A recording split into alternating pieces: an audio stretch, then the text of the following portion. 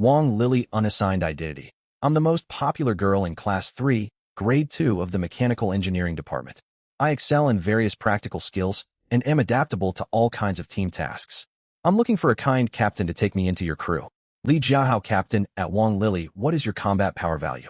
Wang Lily Unassigned Identity at Li Jiahao Brother Jiahao. My combat power hits a solid 26 points. Li Jiahao Captain at Wang Lily Not Qualified. Song Jiechi Captain. That's hilarious. You dare speak so boldly with merely 26 combat points. Why don't you face reality honestly? I have 31 combat points, and I'm recruiting powerful crew members with stats above 32. Only 2 spots remain. Message me privately if interested. First come first served. Chao Peng crew member. All girls with low combat stats ought to wake up to the truth right now. Even the most attractive school beauty is useless to teams at this critical moment. The Sea Survival game will launch soon, and most female players possess abysmally low combat power, making them nothing but burdens to their teams. Bringing people like you along will downgrade the tier of our initial supply chests. No rational captain would ever take that risk. Su Fongfong Unassigned Identity at Chao Peng. Does low combat power mean we don't deserve to survive? Are there any female captains willing to team up with me? My combat power is 28 points. Tan Yingying Captain. My vessel recruits crew members with combat power no lower than 30. Send private messages only if you meet the requirement. Those with insufficient stats stay away. Chao Peng crew member at Su Fongfong. See that? Even your fellow female captain refuses to accept you burdens. Su Fongfong Unassigned Identity at Tan Yingying. You're a traitor. Why refuse to team up with your female schoolmates? Tan Yingying Captain at Su Fongfong. When did I ever say I wouldn't recruit female crew members? Su Fongfong Unassigned Identity. Hardly any girls in our entire university have combat power exceeding 30. Your recruitment rule is plainly discriminatory, just like those male players. Tan Yingying Captain. Your weak stats are your own fault, not anyone else's problem. Cut this moral kidnapping nonsense right now. Could your meager combat values possibly help my team obtain higher tier starting supply crates? I only aim to maximize my survival chances, and there is nothing wrong with that. If your stats fall short, step aside. I have no spare time to argue with you. Su Fongfong Unassigned Identity at Tan Yingying. You're simply unreasonable. Huang Xinhui Unassigned Identity at Sun Xingyu Baby Xingyu. Why was my application to join your team rejected? Did you talk to your captain on my behalf? Sun Xingyu crew member at Huang Xinhui. I'm truly sorry, Hui. I brought up your admission to our captain, but your combat power fails to meet the team standard. Our captain rejected the proposal outright and even reprimanded me severely. All positions on our ship are fully occupied now. Try applying to other captains instead. Huang Xinhui Unassigned Identity at Sun Xingyu. What exactly do you mean? You promised me you had a close bond with your captain and could get me on board with a single word. Now you're going back on your word. All the favors I granted you before were for nothing? I insist you figure out a solution and get me onto your ship without fail. Sun Xingyu crew member at Huang Xinhui. Don't push your luck. I've told you clearly that no vacancies are left. I accepted your kindness previously simply out of goodwill. The old days are long gone. Throwing tantrums will get you nowhere with me. The transmission into the game will begin in less than 30 minutes. If you fail to secure a spot on a vessel, you will face certain death. Yi Fan shook his head faintly as he scanned the messy, hostile messages flooding the regional chat channel. As the old saying goes, married couples flee separately when disaster strikes. The people in this channel were merely classmates, teachers, students, and colleagues with no marital bonds whatsoever. No matter how deep their previous connections had been, they turned insignificant the moment death loomed overhead. 1 hour prior, the sky above the Imperial Capital University campus abruptly turned an eerie blood red. An impenetrable mass of pitch-black darkness sealed off the entire campus perimeter. While teachers and students stood frozen in shock at this bizarre spectacle, a frigid voice resounded simultaneously inside every person's mind. Welcome all individuals within Imperial Capital University to the Open Sea Survival game. Official game rules are listed below. Over 10 billion humans across the blue planet are forced to participate in this game, split into 100,000 competition zones, with a maximum capacity of 100,000 players per zone. Your current zone identification number is 008637. 2. Do not attempt to escape the campus, nor step into the surrounding darkness. Such actions result in instant death. 3. 25,000 players within this zone will be randomly selected as captains 10 minutes from now. Each captain may recruit up to 3 additional players as crew members for the game. 4. The official game launch is scheduled for 1 hour later. All registered captains and crew will be teleported into the game forcibly. 5. Any players unable to join an official team will be trapped on campus and consumed by the enveloping darkness. The icy voice paused briefly before continuing its announcement. Upon game commencement, initial supply chest tiers will be distributed to each team based on the team's average combat power score. Average combat power below 28 points. No starting supply chest provided. Average combat power greater than or equal to 28 points. E-tier starting supply chest. Average combat power greater than or equal to 30 points. D-tier starting supply chest. Average combat power greater than or equal to 32 points. C-tier starting supply chest. Average combat power greater than or equal to 34 points. B-tier starting supply chest. Average combat power greater than or equal to 36 points. A tier starting supply chest. Supply chests contain food, drinking water, raw materials, tools, weapons, crafting blueprints, and other survival provisions. Note: higher grade chests deliver far richer resources, granting teams a massive head start in the early survival phase. The moment the voice faded, chaos erupted across the whole university campus. At first, most people refused to believe the events unfolding before their eyes were real. Several bold, skeptical students marched straight toward the dark barrier surrounding the campus to test its nature. Within 3 seconds of stepping into the shadow zone, blood-curdling screams echoed outwards. Moments later, thick streams of blood seeped across the ground from the darkness. This sight silenced every onlooker completely. Word of the game's lethality spread like wildfire across the campus, sending the entire student body into total panic. Time waited for no one. Exactly 10 minutes later, the cold mechanical voice echoed once more. Attention all players in Zone 008637. Captain assignments have been finalized. You may now open your personal status panels to view your information. Regional public chat channel activated. Team recruitment is open immediately for all participants.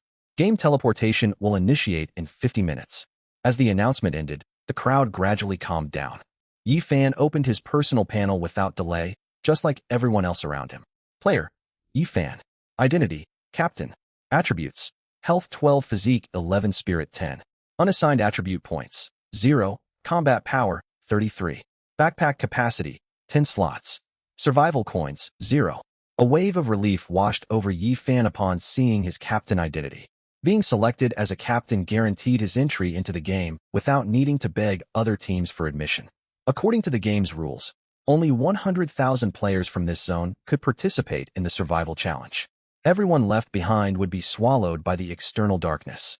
Imperial Capital University housed well over 130,000 faculty members, staff, and students in total. This meant a minimum of 30,000 people were marked for death before the game even officially began. Unsurprisingly, these casualties would almost exclusively consist of players with low combat power.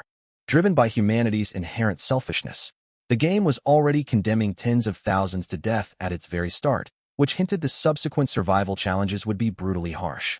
The starting supply chest was undeniably a critical resource for survival. No rational person would gamble with their own life over trivial matters at such a juncture. Every captain would prioritize recruiting crew members with the highest possible combat values without hesitation. Past reputations as campus beauties, student leaders, or wealthy heirs meant nothing now. Anyone lacking sufficient combat strength would be abandoned without a second thought. Yi Fan began sorting out candidates for his crew. He originally ruled out all female applicants outright. Thanks to consistent physical training over the years, his personal 33 combat points already secured him a minimum C-grade supply chest. If he recruited several crew members with combat stats higher than 33, obtaining a B-tier chest would be well within reach. He dismissed the possibility of acquiring an A-tier chest, as barely any individuals across the whole university were estimated to hit the 36 combat point threshold. Yi Fan was drafting his recruitment message to post in the public chat when a crisp voice suddenly echoed inside his mind. Ding! Congratulations, host, on unlocking the Goddess Bond critical hit system. System activation in progress. Yi Fan froze mid-action, his fingers hovering over the screen. This voice was distinctly different from the cold, robotic tone of the game's administrator. As an avid reader of online xianxia and system novels, Yi Fan instantly recognized what was happening. The bright voice continued speaking. Goddess Bond critical hit system activated successfully. System overview. Invite system certified goddess candidates to join your crew and build deep mutual trust and rapport with them to complete official bonding. Reward rules. 1. Base reward. You may apply a critical hit boost to one item daily. Current base critical multiplier stands at 100x. First time bond bonus. Each newly bonded goddess grants a one-time initial gift pack. Additionally, your daily limit of boostable items increases permanently by 1, while the base critical multiplier doubles permanently. Max loyalty reward. Raising any bonded goddess's loyalty value to 100 unlocks a special tuning gift pack. Your daily boost quantity gains another permanent +1, alongside another permanent doubling of the critical multiplier. Full loyalty perk. Reaching 100 loyalty with a goddess unlocks quality critical hits, capable of upgrading the intrinsic grade of items. 5. Maximum bond count. Equal to your total available crew slots. Restriction. Every item may only receive one critical hit enhancement. Items boosted via critical hits, plus materials generated from boosts, cannot be boosted a second time. Yifan sat stunned for a moment after processing the full system description, then quickly sorted through all the reward mechanics in his head. A wide, uncontrollable grin spread across his face as he realized just how overpowered this system truly was. On the surface, the baseline reward seemed mediocre, only one boosted item per day with a 100x multiplier. Yet bonding a single qualified goddess and maxing out her loyalty would grant 3 daily item boosts alongside a 400x critical multiplier, not counting the bonus gift packs. Bonding 2 goddesses would raise his daily boost cap to 5 items with a staggering 1600x multiplier. With 3, 4, or more bonded partners, the critical multiplier would balloon to unimaginable heights. On top of that, maxing a goddess's loyalty unlocked quality-based item upgrading, an overwhelmingly powerful ability on its own. Yifan silently voiced his gratitude inwardly to the system. He promptly deleted the combat-focused recruitment notice he had written and typed up a brand new posting. The paltry resources from the game's default supply chest paled in comparison to the rewards granted by his new system. All the female candidates he had previously rejected immediately became his only target for recruitment. Moments later, Yifan posted his updated recruitment notice to the regional chat channel. Yifan Captain at Everyone My Ship is recruiting female crew members based purely on personal charm and temperament. Combat power is irrelevant, completely irrelevant. Message me privately if you have outstanding appearance and demeanor. Crew spots are limited and allocated on a first-come, first-served basis. Only genuine candidates with pleasing features need apply, no insincere inquiries. The entire chat channel fell dead silent the instant the message went live, before exploding into a flood of scrolling comments. Li Jiahao Captain, what an idiot. People are fighting to survive right now, yet someone is willing to risk their life just to fawn over girls. Song Jiechi Captain at Yifan Buddy, have you never interacted with women your whole life? Tan Yingying Captain, what a distasteful man, utterly repulsive. All he cares about are superficial physical attractions amid this life or death crisis. Huang Xiaoyan crew member, this just proves all the male students in our school are selfish, foolish, and unpleasant people. Song Jiechi Captain at Huang Xiaoyan, watch your words. This foolish individual only represents himself, not every other male student here. Sun Bowen crew member, exactly. Not all the boys in this school act on fleeting impulses and base instincts like him. Chao Peng crew member at Yifan brother, take my sincere advice. Do not gamble your survival on reckless decisions when your life hangs in the balance. Yifan watched the stream of mocking, insulting, and persuasive messages scroll past his screen without a flicker of anger, instead wearing a mocking smirk. Nearly all those hurling insults and jeers were captains and confirmed crew members, who had already secured their safe entry into the game, hence their reckless confidence to ridicule others freely. However, not every user in the chat possessed such security. Countless unassigned players were drowning in panic and desperation. Seconds after Yifan published his recruitment post, his private message inbox began flashing non-stop. Private message 1, private message 2, private message 999+. Yifan's smile widened further at the flooded private message notifications and began opening each conversation one by one to read their contents. Meanwhile, inside a dorm room belonging to the Performing Arts Department, campus beauty Mu Xinyao stared at her supposed best friend Li Yutong with eyes full of shock and disbelief. Mu Xinyao, Li Yutong, why? Why would you treat me like this? Weren't we supposed to be closest friends? I treated you sincerely and kindly for so long, and this is how you repay me? The usual ingratiating soft expression on Li Yutong's face had vanished entirely, replaced with undisguised revulsion. Haha, close friends? Dear Campus Beauty Moo, that was nothing but your own delusion. I never once viewed you as a genuine friend from the bottom of my heart. I curried favor with you deliberately only to access your personal connections and resources. Now you hold zero value to me whatsoever. Mu Xinyao felt as if she had been struck by lightning upon hearing those words. Her whole body trembling involuntarily. She pointed a shaking finger toward Li Yutong. Did you approach me with this ulterior motive from the very start? Li Yutong let out a cold laugh, her features twisting into bitter resentment. You're only figuring this out now, my esteemed school beauty? I have always detested your innocent, pure facade. It makes my skin crawl. You only have slightly better family wealth, grades, and physical appearance than me. Why do all the boys on campus crowd around you and shower you with favors? You maintain an aloof, immaculate, and detached demeanor all the while. All those things you dismiss casually are things I have always yearned for desperately. Every gift you gave me felt like humiliating charity, leaving me feeling worthless and inferior. A look of vicious satisfaction crossed Li Yutong's face as she continued speaking. But things have changed now that the survival game is upon us. Everything you once prided yourself on has lost all meaning in an instant. The prouder you once were, the more humbled you've become right now. You have less than 20 minutes left. If you fail to find a captain willing to take you in, you can only watch helplessly as death comes for you. Did you see the messages in the public chat channel just now? With your pitiful combat power, no captain will accept you, no matter how desperately you plead for shelter.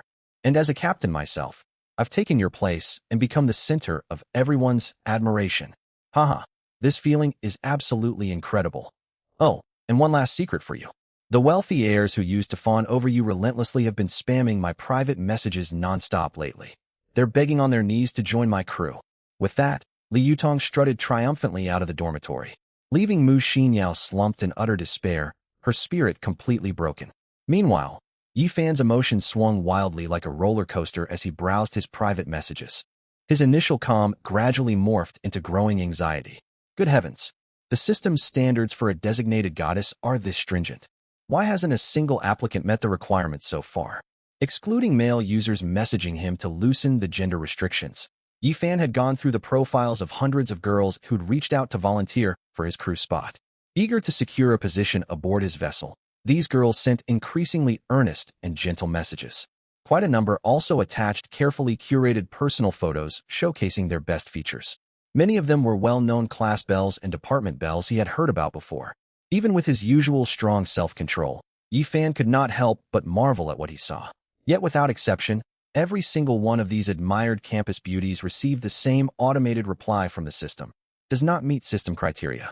With less than 15 minutes remaining before the official launch of the survival game, Yi Fan suppressed his anxiety and raced through the remaining submissions with the quick reflexes honed from years of gaming alone. Moments later, the crisp chime of the system echoed inside his mind once more. Ding! A candidate matching the system's goddess standards has been detected. Goddess name, Mu Xinyao. Yi Fan froze the instant he heard the name. Mu Xinyao, the top-ranked beauty among Imperial Capital University's 4 campus belles, known campus-wide as the Ice Beauty. He immediately opened the private message sent by Mu Xinyao. Mu Xinyao non-affiliated. Hello, Yi Fan. I am Mu Xinyao from Class 1, Grade 3 of the Performing Arts Department. I beg you to grant me a spot on your ship. I will fulfill any obligation you require in exchange for this chance to survive. Please view the attached photos. Image.jpg Image.jpg. Yi Fan opened the attached pictures without hesitation. It was plain to see Mu Xinyao more than lived up to her legendary reputation as a top campus belle. Her facial features and physical form were a tier or two above all the class and department belles he had reviewed earlier.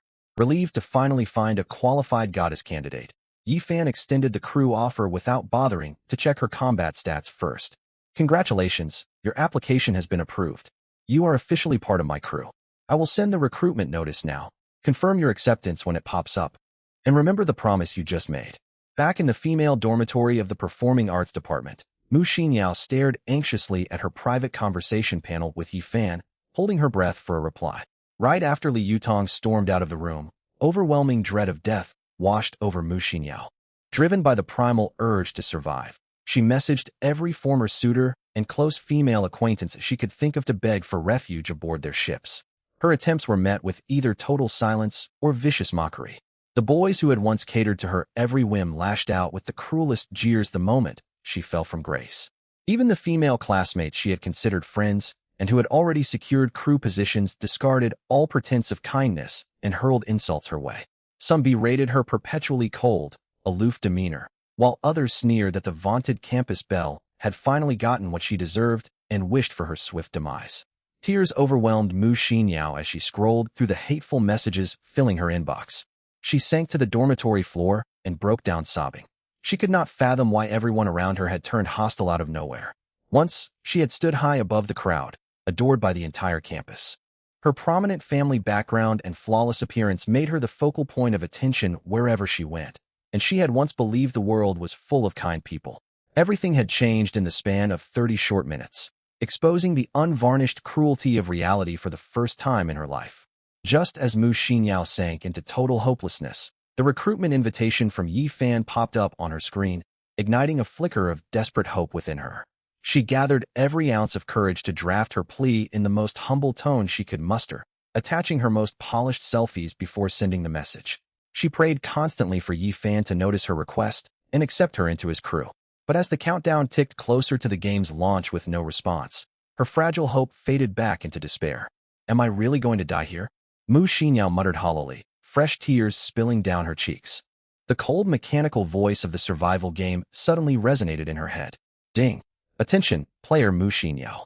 Player Yi Fan Captain has invited you to join his fleet. Please confirm or decline the invitation. The announcement sounded like heavenly salvation. Overjoyed, Mu Xinyao pulled up her private chat and spotted Yi Fan's message alongside the acceptance prompt. She immediately selected accept. The game's system notification followed right after. You have successfully joined the fleet. The game will commence in 9 minutes and 32 seconds. Please wait patiently for the official start. The heavy weight of fear lifted off Mu Xinyao's chest at last. She quickly typed a reply to Yi Fan. Thank you. Thank you so much, Yi Fan. I give you my word I will uphold every promise I made to you. Yi Fan, however, had no time to read her reply. The second he sent the crew invitation, he returned to sorting through messages to find the next goddess meeting the system's criteria. Tension and hostility steadily escalated within the regional public chat as the game launch drew near. Wu Yuhan non-affiliated. I'm begging every captain reading this to take me in. I will take on any task needed to earn a spot. I don't want to die. Please have mercy on me. Guan Yuan crew member. Ha ha ha. Give it up.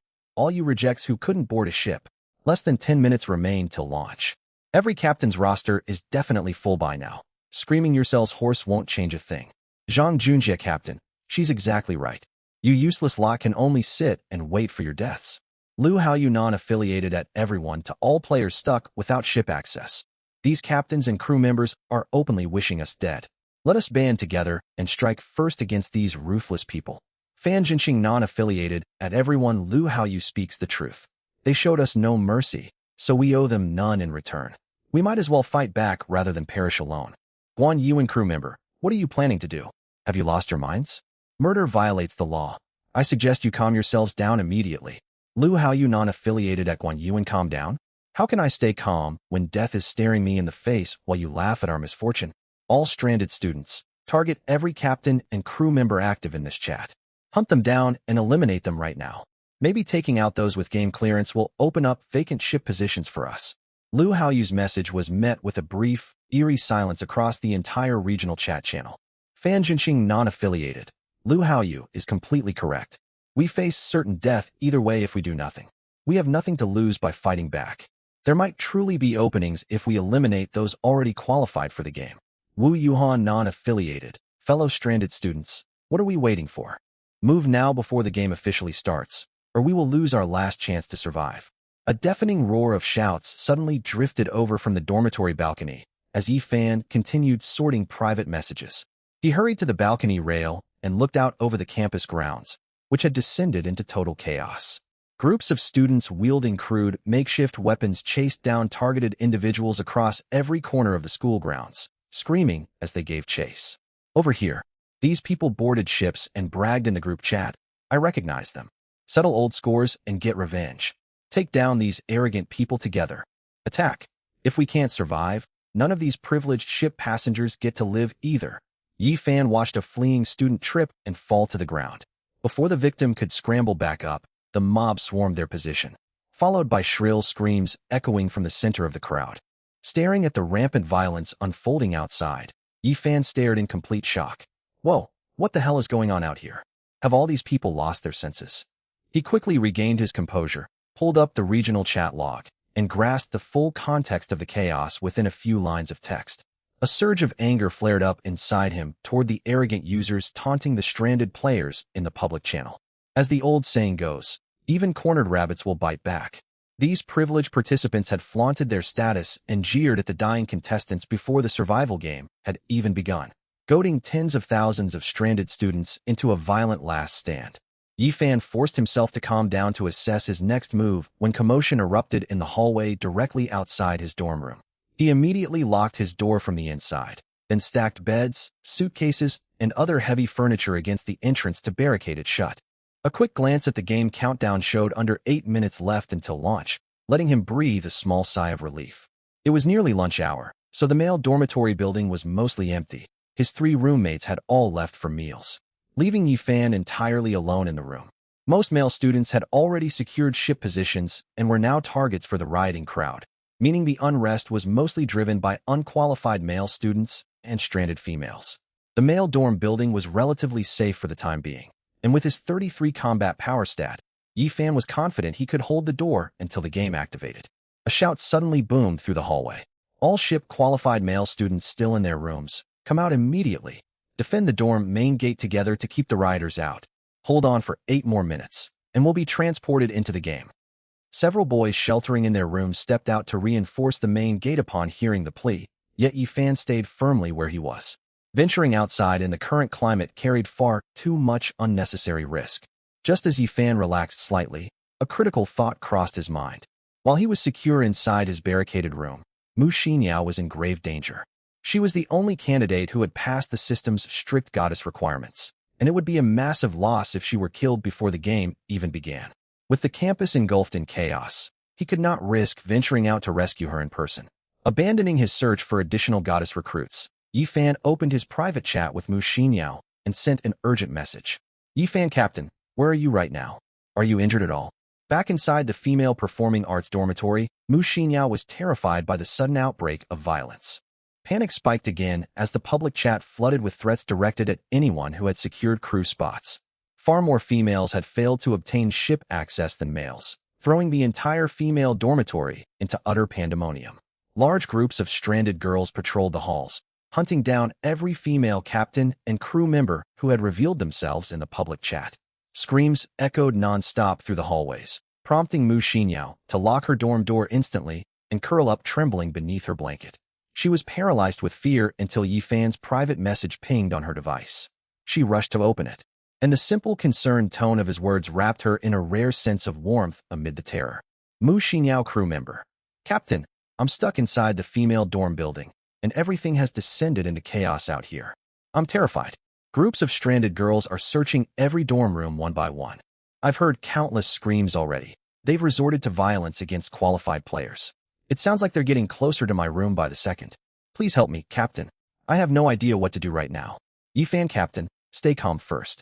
Did anyone witness you becoming a crew member?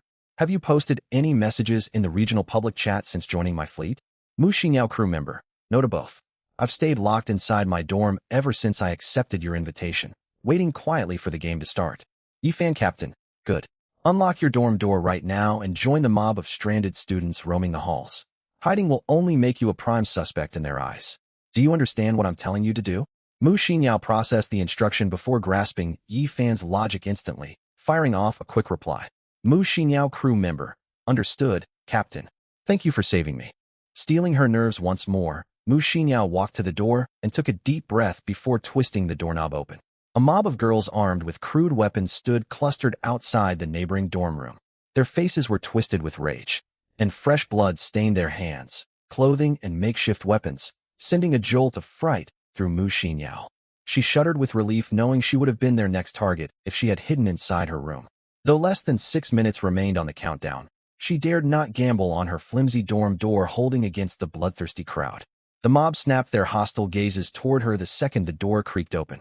Mu Xinyao forced her racing heart steady and fixed an expression of burning fury on her face. Has anyone here seen Li Yutong from Class 1, Grade 3 of Performing Arts? One girl from the crowd spoke up in surprise. Isn't that Mu, our top campus belle? Li Yutong was your closest friend and follower. You two were always together. The sting of Li Yutong's betrayal fueled genuine anger within Mu Xinyao, letting her deliver her lines with raw, unfeigned resentment. That backstabber Li Yutong. I treated her with nothing but kindness. Yet the second she became a captain, she cut me off and refused me a spot on her ship. I'm going to hunt her down and make her pay for what she's done. The crowd erupted the moment they learned Li Yutong held a captain position. What? Li Yutong's a captain? Where is she? Get her out here right now. She's not among our group. She must have fled already. That deceitful witch. We can't let her get away with this betrayal. Girls, chase her down before she escapes entirely and eliminate her. Get her. Mu Xinyao realized with a cold clarity that Li Yutong had used the exact same trick to blend in with the angry mob and evade capture.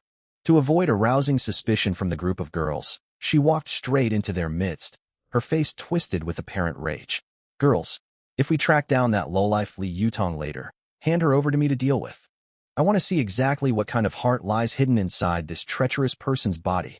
Seeing Mu Xinyao's furious outburst, the lingering doubts the other girls harbored toward her faded away completely.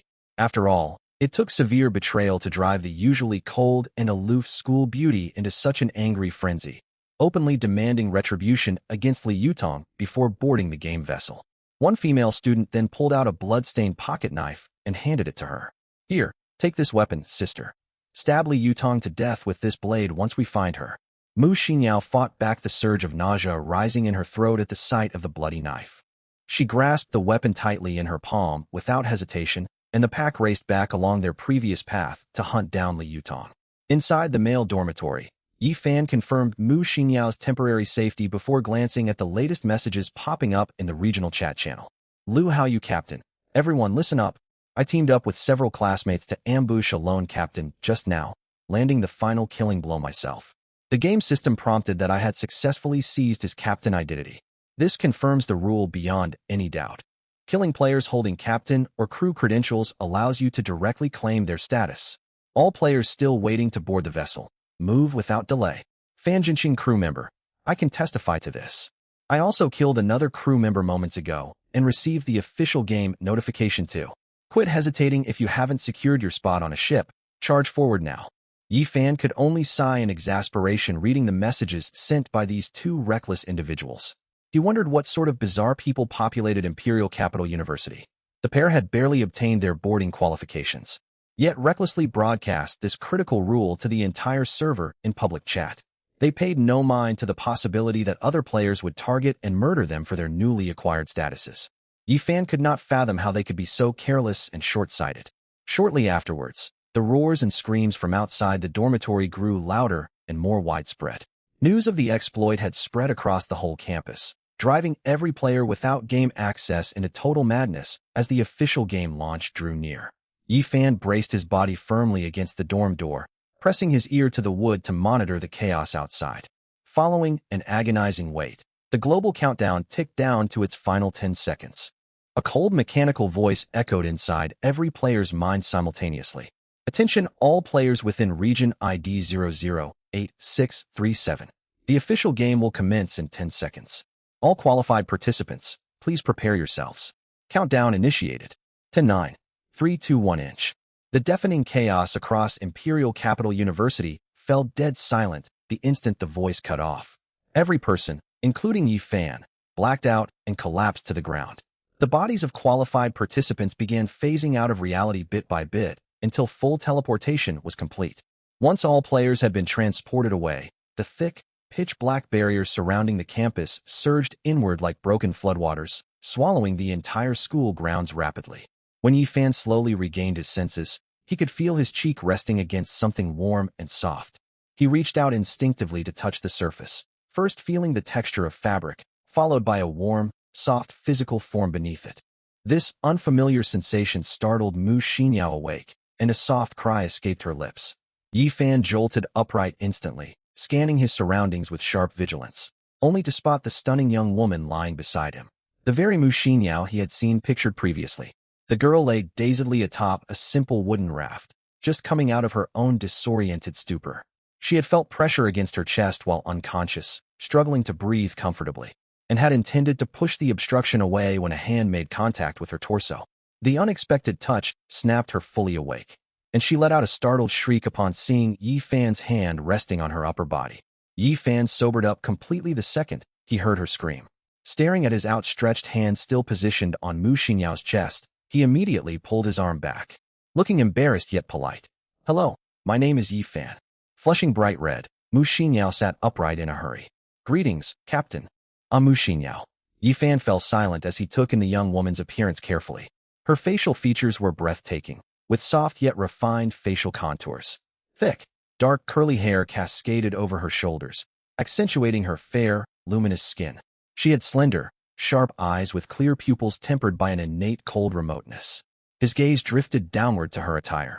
A crisp, white-collared button-up shirt strained slightly against her figure, layered beneath a beige knit cardigan that softened her icy demeanor with a gentle warmth. Further down was a slim waist paired with a high-waisted light gray pleated skirt, her fair, slender legs pressed tightly together out of self-consciousness. Mu Xinyao grew uncomfortable under his unwavering, intense stare, opening her mouth to break the thick, awkward atmosphere. When the cold mechanical system voice resonated in both of their heads once more. Ding! Welcome all players from region ID 008637 to the game domain. The Open Sea survival game has officially launched. The mechanical voice continued narrating the official rules. Game rule overview. 1. All teams begin the game with a basic wooden raft, upgradable via corresponding materials and construction blueprints. Supply crates spawn randomly across the ocean surface each day. 3. Crates contain food, fresh water, crafting materials, tools, weapons, blueprints, and other survival necessities. Gather as many supplies as possible to sustain yourselves. The first 3 days mark the novice adaptation period with greatly reduced difficulty. Game difficulty will scale continuously after this window closes. Players are advised to stockpile resources and upgrade vessels during this grace period. Direct harm cannot be inflicted between members of the same team. Captains hold the absolute authority to expel crew members. Expulsion is prohibited during the novice adaptation period. Expelled players may apply to join another team or spawn a brand new basic raft to continue surviving. However, all personal inventory will be confiscated and transferred to the original captain upon expulsion. 6. Inter-team combat is locked during the novice adaptation period. Hostile declarations and battles between teams become permitted once the adaptation phase ends. Seizing an enemy captain's surrender or eliminating them will grant full ownership of their vessel, crew members, and all stored supplies.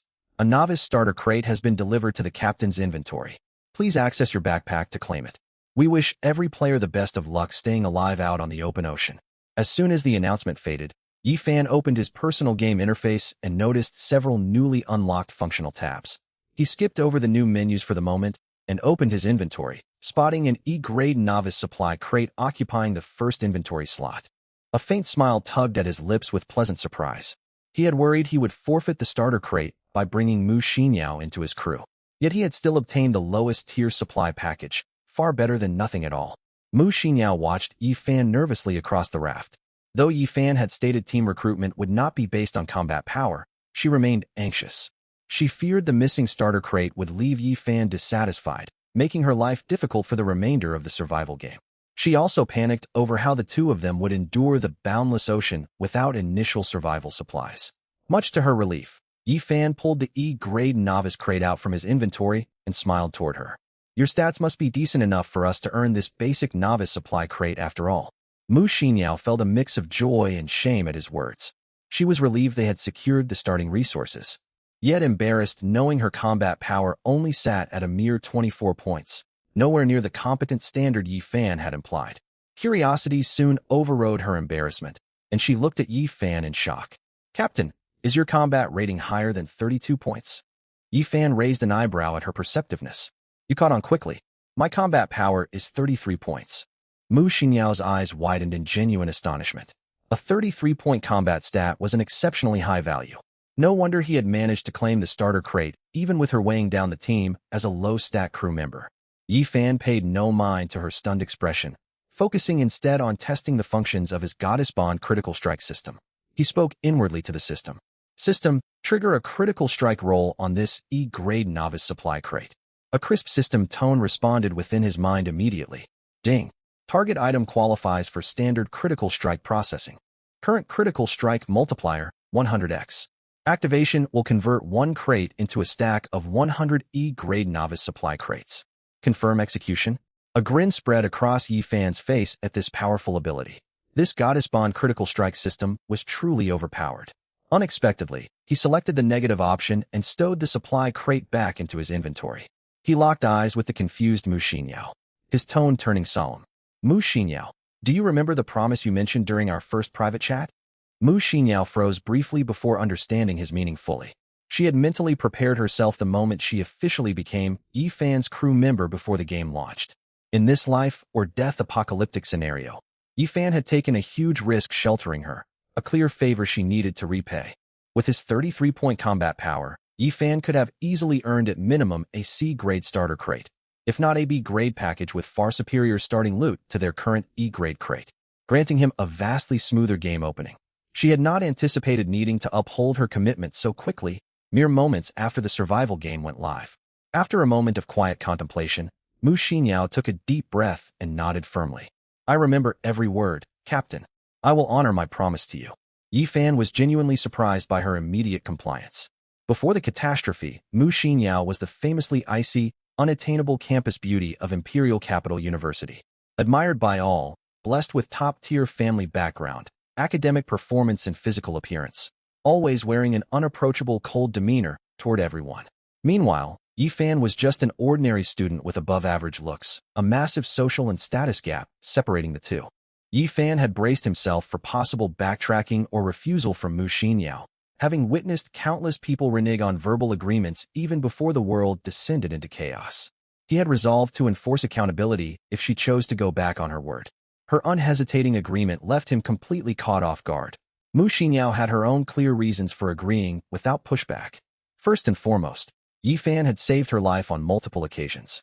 When her closest friend betrayed her, and she endured vicious mockery and abuse from her peers, sinking into total despair, Yi-Fan had stepped forward to offer protection. She would have died twice over without his intervention, filling her heart with sincere gratitude. Additionally, the game rules explicitly stated captains gained unconditional expulsion rights once the 3-day novice period expired. While expulsion would not kill her instantly, being stranded alone on the open ocean with zero survival experience was a death sentence in all but name.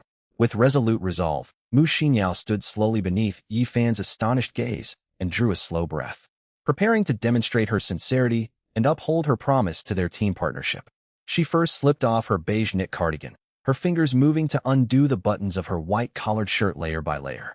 The loose fabric shifted to reveal her undergarment beneath the shirt, prompting Yi-Fan to feel his throat run dry as his heartbeat quickened. Mu Xinyao's face burned bright crimson under his focused gaze, slowing her movements bashfully. This hesitant restraint only heightened the sincere, vulnerable aura she exuded in Yi-Fan's eyes. Once she removed her shirt and pleated skirt, her slender, well-proportioned figure was fully visible beneath her innerwear. She froze mid-motion, crossing her arms modestly over her torso to shield herself as much as possible. Opening up this much vulnerability already stretched her emotional limits. Even partially clothed, her graceful form radiated striking beauty that strengthened Yi-Fan's resolve to build a solid, trusting cooperative bond for their mutual survival. Seeing her willing sincerity, Yi-Fan stepped forward and lifted her gently into his arms as she let out a soft gasp. Held against his firm frame and surrounded by his calm, protective aura, Mu Xinyao grew shy and nervous from their first close physical contact with a stranger. Beneath his intense, protective gaze, the usually frigid young woman spoke in a soft, timid voice. Captain, I have never trusted anyone this deeply before. Please take good care of me moving forward. Yi-Fan silenced her quiet words with a gentle, reassuring kiss, solidifying their alliance amid the endless sea. The pair rested side by side on the 6-square-meter wooden raft as gentle sea breezes washed over them once their emotional bonding moment concluded. Mu Xinyao nestled her head against Yi-Fan's chest comfortably, resting her hand lightly over his torso in a gesture of complete trust. Yi-Fan stroked her hair gently, while checking the new system notifications that had popped up right after their bond solidified. Ding! Congratulations to the host for successfully forming a formal goddess bond with Mu Xinyao. First-time bond reward package issued to host inventory. Please check your backpack. All baseline system rewards have been upgraded following successful goddess bonding. Current baseline perk. 2 items eligible for standard critical strike per day. Current standard critical strike multiplier raised to 200x. Goddess loyalty stat unlocked for host viewing. Loyalty stat reference scale below 60. High risk of betrayal 60-79. Low risk of betrayal 80-89. Near zero betrayal risk 90-99. Absolute loyalty to host 100. Host becomes the goddess's sole priority and anchor for survival. Yifan wore a satisfied grin reading the updated system benefits, glad his investment into securing this reliable ally had paid off. He pulled up Mu Xinyao's detailed personal panel immediately afterwards. Bound Goddess, Mu Xinyao. Identity, crew member stats. Vitality 7, Physique 8, Spirit 9, Unassigned attribute points, 0 combat power, 24 inventory capacity, 10 slots survival coins, 0 loyalty value, 80 loyalty points already? Yifan muttered in surprise. He had expected far lower initial loyalty after their abrupt alliance forged under desperate survival pressure, assuming residual resentment or discomfort would linger from the coercive circumstances. Instead, Mu Xinyao's inner feelings aligned perfectly with her outward cooperative attitude, placing her at negligible risk of betrayal. Yifan was unaware of the torment Mu Xinyao endured before teleporting into the game. Betrayed by her best friend and assaulted with relentless verbal abuse from classmates had shattered her original cold, guarded personality, hardening her against human cruelty and leaving Yifan as her only viable lifeline in this deadly survival game. This was the core reason her loyalty had jumped straight to 80 points. If Yifan ever crossed paths with Li Yutong in the future, he would let Mu Xinyao settle scores personally for everything she had endured. Thankful the betrayal had simplified the process of gaining Mu Xinyao's trust. Yifan opened his inventory once more, spotting the newly added reward package sitting next to the stored E-grade novice crate. He issued a mental command to the system. Apply critical strike to the first-time bond reward package. The system reply quickly doused his excitement. Ding. System granted rewards and their derived loot cannot be targeted by standard critical strikes. Prompt. No system-originated rewards or items crafted from these rewards are eligible for critical strike mechanics. Please select alternative targets. Really pulling the short straw here, system. Yifan muttered in mild exasperation before choosing to open the reward package directly. The subsequent notification instantly lifted his mood back to elation. Ding. Reward received, 30 unassigned attribute points. Ding. Reward received, 5 inventory expansion cards. Ding. Reward received, 1 random purple tier quality item draw ticket. Yifan now understood the reasoning behind the critical strike restriction for system rewards. The loot contained within was overwhelmingly powerful and game-breaking. If 200x critical strikes applied to these prizes, a single stack of attribute points could balloon to 6,000 points instantly. If all these perks were stacked on him, this game would be completely unplayable for everyone else. Without hesitation, Yifan began allocating his 30 free attribute points. Players only had 3 basic attributes at the current stage: health, physique, and spirit. Health and physique were straightforward to understand.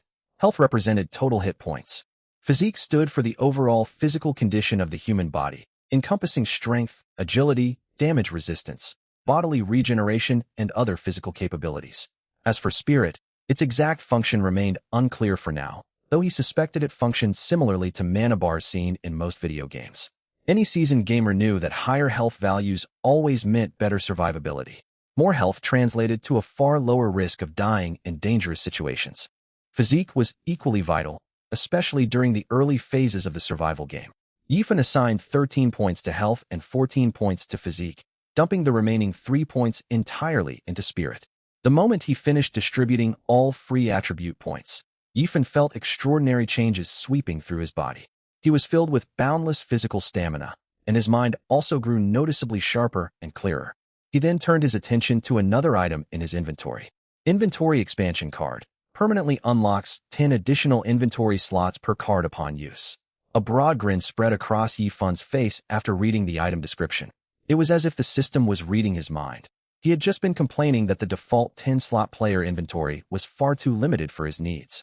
With his newly expanded 60-slot inventory paired with his system's critical multiplication ability, he would never have to worry about running out of storage for supplies in the early game.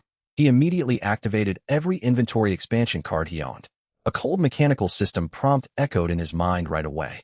Ding. You have consumed 1 inventory expansion card. Current inventory capacity upgraded to 20 slots. Ding. You have consumed 1 inventory expansion card. Current inventory capacity upgraded to 30 slots. Ding. You have consumed 1 inventory expansion card. Current inventory capacity upgraded to 60 slots. Once the system notifications faded, Yifan opened his personal status panel to check his updated stats. Player. Yifan title.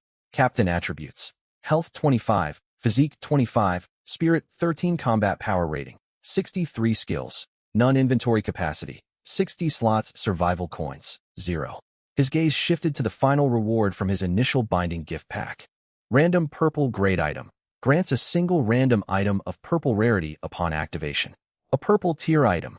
Yifan exclaimed in surprise. He had no full knowledge of the game's item grading system yet, but basic gaming common sense told him purple quality gear was exceptionally valuable, especially this early into the survival experience. Yifan activated the random reward, and the system's mechanical tone sounded once more. Ding. You have obtained 1 purple grade mini thermostatic regulator. Mini thermostatic regulator purple. This device may be placed in any location. Once activated, it automatically adjusts ambient temperature within a maximum radius of 10 meters with 0 external energy input.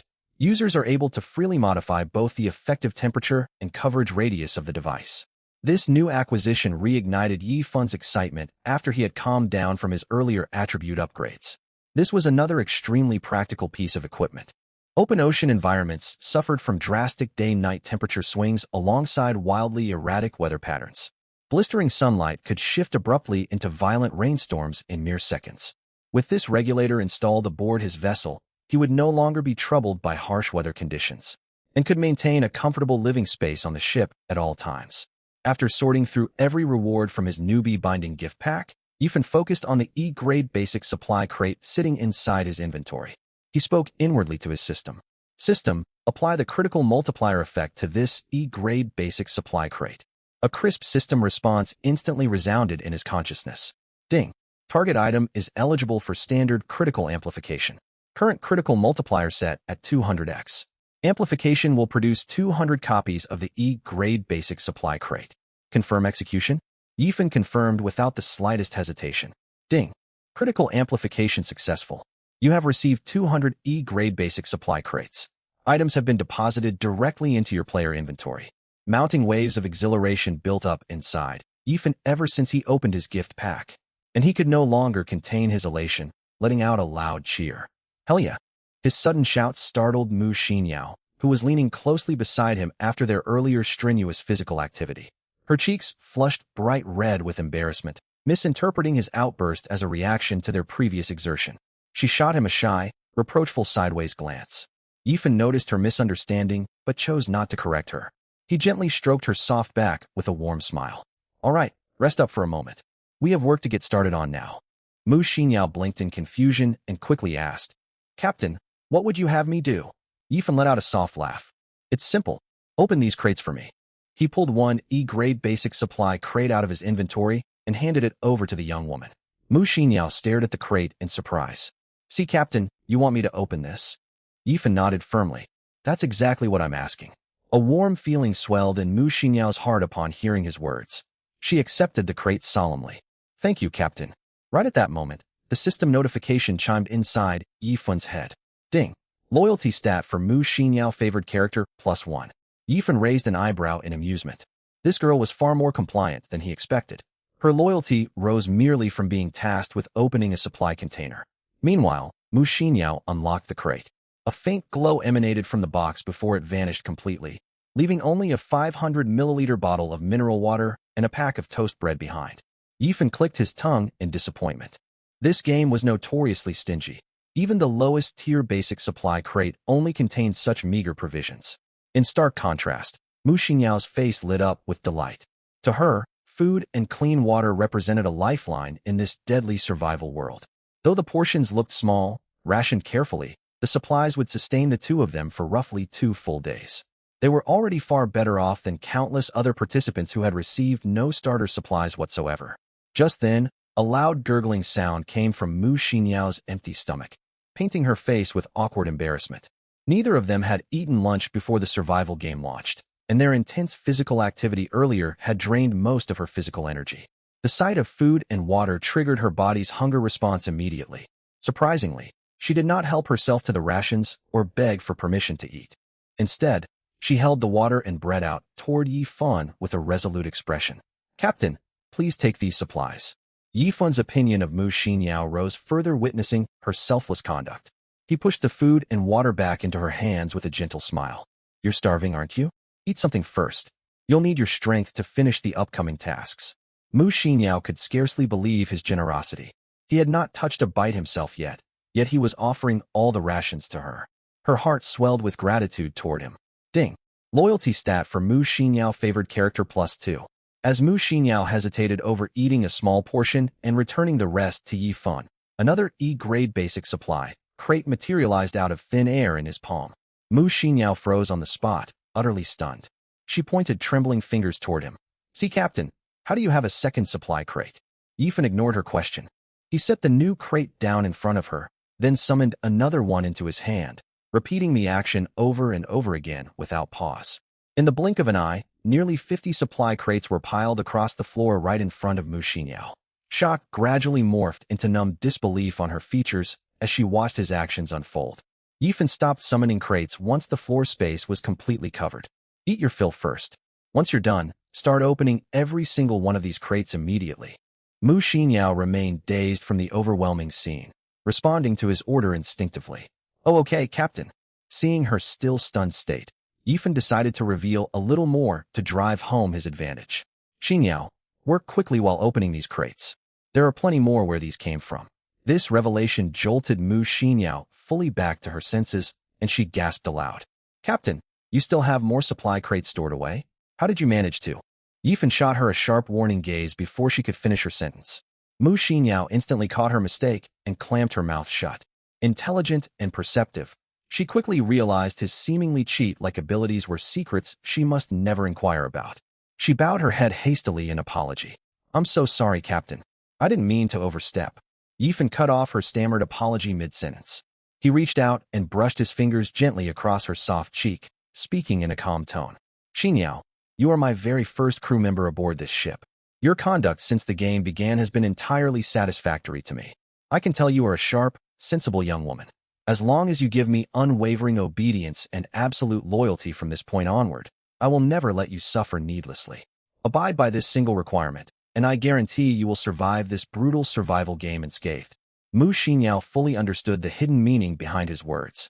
His statement acknowledged her past efforts while laying down clear expectations for her future behavior. Remain loyal and obedient, and he would shield her from harm. Harbor disloyal intentions, and she would face dire consequences. If any other player had made such bold claims at the very start of the game, Mu Xinyao would have dismissed it as empty bravado. But after witnessing his seemingly supernatural abilities firsthand, she trusted every word he said without question. The 50-plus supply crates alone contained enough food and water to support the pair for a very long time, and he had openly admitted to possessing even more stockpiled supplies. Through every crisis since the game began, Yi Fun had never displayed a trace of anxiety or panic, carrying himself with unshakable confidence as if every event was unfolding exactly according to his plans. It reminded her of the unique recruitment notice he had posted before the survival game launched. She was now certain he wielded powerful, hidden abilities that granted him immense advantages over ordinary players. And these piles of supply crates were merely a tiny fraction of his true power. A surge of excitement welled up inside Mu Xinyao.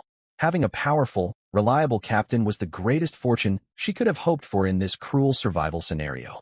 His sincere words made it clear he viewed her as a trusted ally rather than a disposable subordinate. If she maintained complete loyalty, her survival was practically guaranteed. She wrapped both hands lightly around Yi Fun's palm, her demeanor docile and compliant. "Rest assured, Captain, I will obey your every command without reservation for as long as I live." Ding. Loyalty stat for Mu Xinyao favored character +5. Yi Fun was thoroughly pleased with her obedient attitude. He slowly pulled his hand away from her cheek. "Well done, Xinyao. There is no need to address me formally as captain anymore. It creates unnecessary distance between us. You may simply call me Brother Fun from now on." Mu Xinyao's mood brightened further at his words, responding in a sweet, gentle voice. "Understood, Brother Fun." She held out the water bottle and toast bread toward him once more. Brother Fun, you eat first. I will finish opening all these crates before I have anything to eat. Yifan accepted the food and water without refusal and began eating, while Mu Xinyao immediately set to work unlocking the stacked supply crates one after another. Yifan had no intention of flaunting his powers for vanity's sake, nor did he fear betrayal from Mu Xinyao.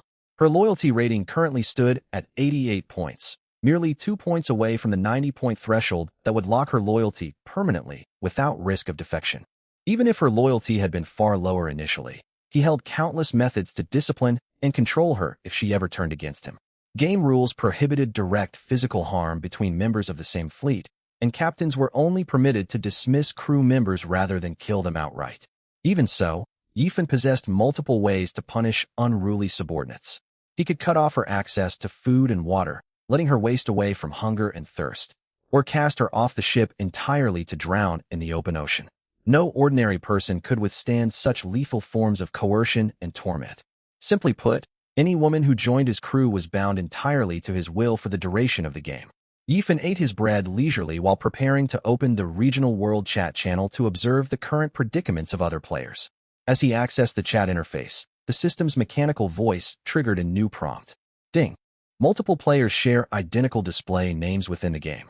All participants must create a unique nickname for identification purposes now that the official survival phase has commenced. Yifan attempted to register several nicknames he had thought of, only to find all his preferred aliases had already been claimed.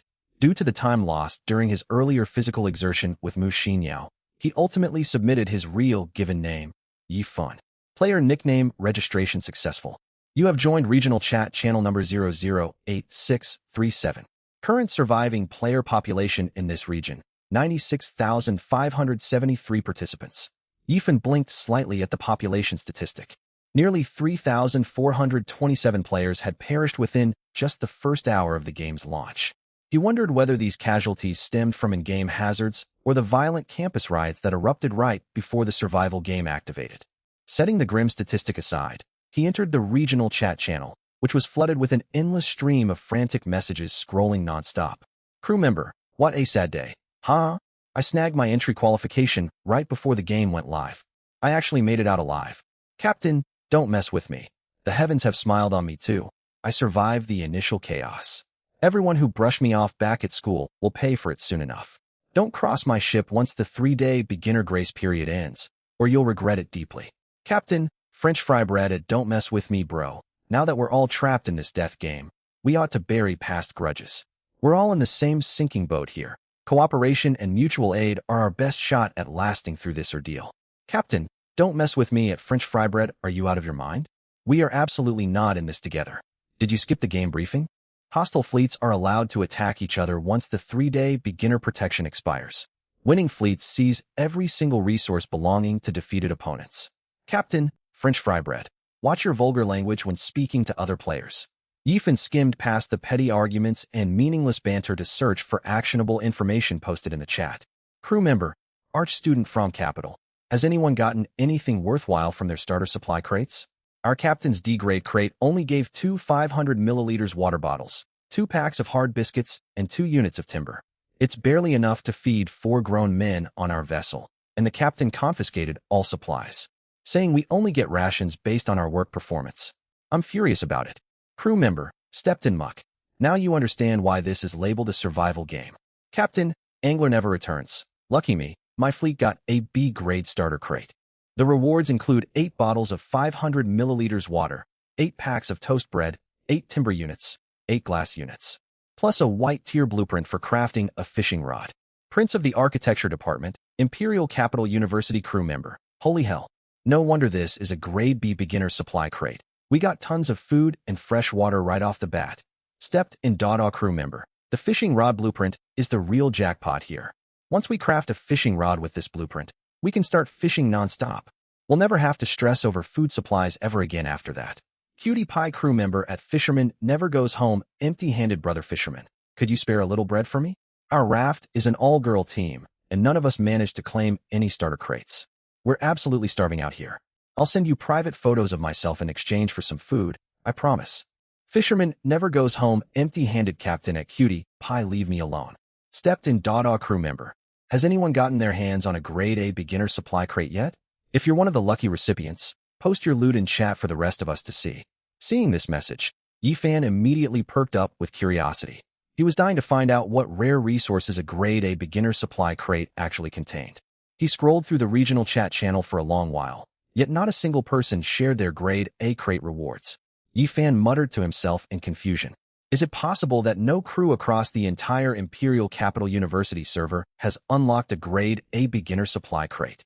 Or have the few teams that got lucky with Grade A crates chosen to keep a low profile and hide their gains? He was about to keep browsing the chat log when Mu Xinyao's voice pulled his attention away. Brother Fan, I've finished opening all these supply crates. Come take a look. Yifan exited the regional chat interface at once. The pile of Grade E beginner supply crates stacked in front of Mu Xinyao had vanished completely.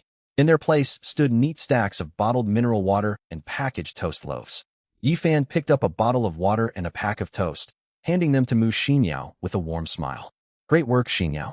Grab something to eat and rest for a moment. We'll get back to work shortly. A sweet smile bloomed across Mu Xinyao's face. She took the food and water gratefully with both hands and nodded quickly. Thank you so much, Brother Fan. She tore open the toast packaging and began eating hungrily without delay. Yifan stored all the leftover bread and water into his game inventory, then pulled out another 50 Grade E beginner supply crates from his storage space. Mu Xinyao's eyes widened in shock the second she spotted the new batch of crates, which quickly morphed into unbridled delight. She had peeked into the regional chat channel just moments earlier. Nearly half of all teams within their zone had failed to receive any starter supply crates whatsoever. Most players had zero resources to their names, let alone edible food or drinking water. Dozens of female players and a small number of male participants flooded the chat channel with desperate pleas, begging classmates who'd obtained supply crates to share rations out of old friendship. But nobody was foolish enough to give away their supplies for free. Food and water were the most vital commodities at the very start of this survival game. No one would hand these necessities over for nothing, not even to close acquaintances from school. Mu Xinyao watched countless players grovel for tiny portions of sustenance, alongside other users flaunting the loot they'd pulled from Grade B and Grade C crates in public chat. Glancing down at her own bread and water, plus the 50 fresh Grade E crates laid out before her, a strong sense of security and privilege washed over her. It felt akin to being a wealthy person keeping a low profile, silently watching crowds of desperate beggars plead for basic nourishment, while ordinary people vainly showed off their modest possessions. If these people knew Brother Fan has at least 100 Grade E crates in total, with enough food and water to last us an entire month straight, they'd be utterly stunned. Mu Xinyao counted herself incredibly fortunate to have teamed up with Yifan. She polished off her meal quickly, wiped her mouth, and threw herself back into unpacking crates with renewed excitement. After laying out the 50 Grade E crates, Yifan reopened the regional chat channel. He still had 2 vacant crew slots on his raft, so he planned to post another recruitment notice. Before he could finish drafting his message, someone tagged him directly in the public chat. Yifan clicked the notification to read the reply. Riding a pig down the highway, captain at everyone. Everyone look over here. Check out what my crew just fished up from the open sea. Yifan grew intrigued and opened the attached item description the captain posted. Wooden supply crate, white tier. The lowest tier resource container spawned randomly across the ocean surface. Opening it yields small quantities of food, water, and crafting materials in most cases, with an extremely slim chance of unlocking crafting blueprints. The moment this post went live, the regional chat erupted in chaos. Hero with a bold name crew member. Are you kidding me? An actual floating supply crate. You're insanely lucky, boss. Pick a tyrant, captain. This game is way harder than advertised. My 4 crewmates and I spent half an hour rowing non-stop and scanning the water, and we haven't spotted a single crate. Your luck is absolutely ridiculous, man. Stepped in Dada crew member. Same here for my team. We strained our eyes staring across the waves and didn't catch sight of even one wooden crate. Hero with a bold name crew member. Open it up quickly. Tell us what loot you managed to get inside. Riding a pig down the highway, captain at everyone. I genuinely cannot stand this terrible game design. All I got from this wooden crate was a single 500 milliliters bottle of mineral water, 2 units of timber, and 1 unit of hemp rope. There wasn't a single edible item in there at all. Once players learned how meager the rewards were from a hard-earned wooden crate, the chat channel exploded once more. Hero with a bold name crew member. Are you serious? That's all you got? Are you messing with the rest of us? Riding a pig down the highway, captain. Why would I lie about this? Believe it or not, I don't care either way. Hero with a bold name crew member. My bad for doubting you, brother. This outcome is just so absurd it's hard to process. The game briefing clearly stated the first 3 days would serve as a gentle beginner adaptation phase with low overall difficulty. If standard wooden crates only drop such pitiful resources, this survival challenge is borderline impossible to beat. Petite 5-foot-tall girl crew member. Exactly. Those who claim starter crates can hold out for a while longer, but what about teams like us with zero initial supplies? We're completely stranded out here. Pick a tyrant captain. Everyone calm down for now.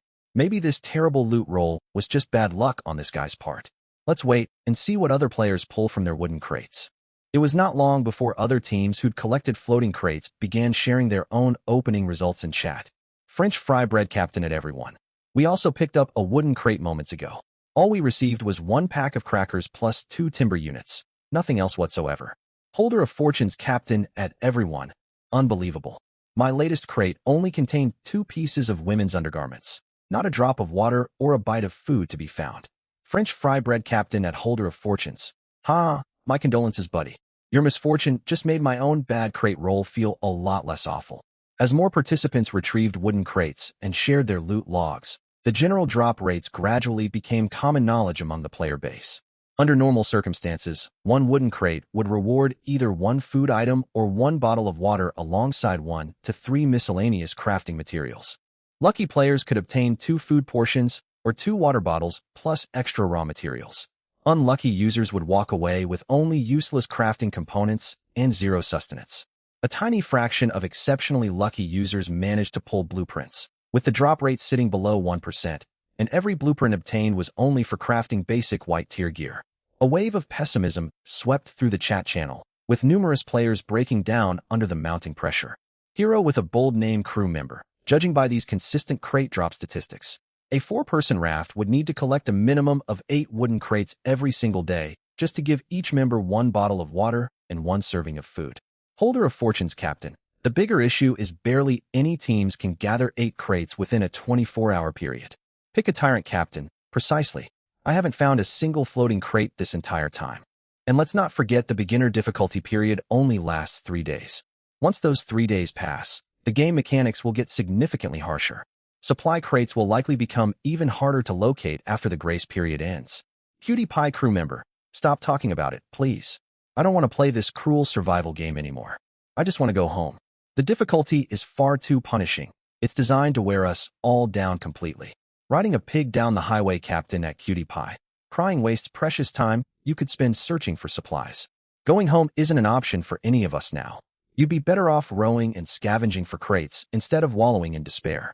Yi Fan remained entirely unaffected by the flood of gloomy messages filling public chat. If anything, he felt quietly optimistic.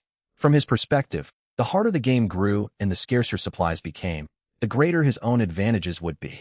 He revised his recruitment message and posted it to the regional chat channel once again. Yi Fan captain at everyone. My raft is recruiting female crew members. All accepted recruits will receive unlimited food and clean water. 2 open slots remain. Message me privately if interested. Positions are first come, first served. Note: only candidates with genuine good looks will be considered. No unserious inquiries. This single post instantly stirred up another storm of comments across the entire channel. Prince of the Architecture Department, Imperial Capital University crew member. Yi Fan, the name rings a bell somehow. French fry bread captain at Prince of the Architecture Department. Isn't that the guy who announced before the game launched that he'd only recruit pretty girls instead of focusing on team combat efficiency? Prince of the Architecture Department, Imperial Capital University crew member. Now I remember him.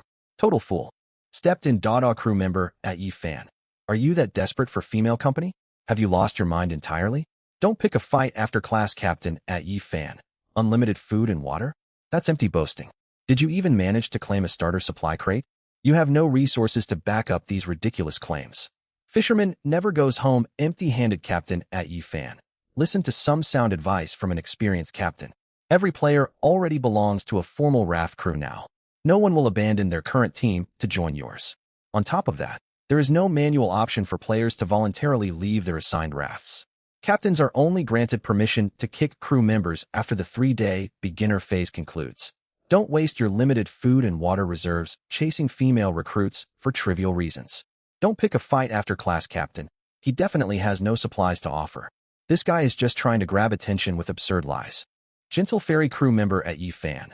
Brother Yifan, I'll send you private photos of myself if you give me 1 pack of bread or a single bottle of water. Yifan stared blankly at the stream of jeers and insults directed toward him, completely unfazed by the harassment. He silently jotted down the usernames of his loudest critics in his mental notes, planning to settle scores with them when the right opportunity arose later on. He fully acknowledged this was not the ideal moment to publish a recruitment notice, just as the fisherman captain had pointed out. With the game officially underway and no immediate threat of death hanging over players' heads, most female participants had no urgent reason to beg for spots on his raft with extreme concessions like they did pre-launch. Yifan only posted the notice as a preliminary test of the waters, based on his assessment of the current brutal survival conditions. Countless all-female rafts would run critically low on food long before the beginner adaptation period expired. His public recruitment post would stick in their minds, and they would naturally reach out to him once starvation set in. That would be the perfect window for him to carefully screen and select his ideal female crew members.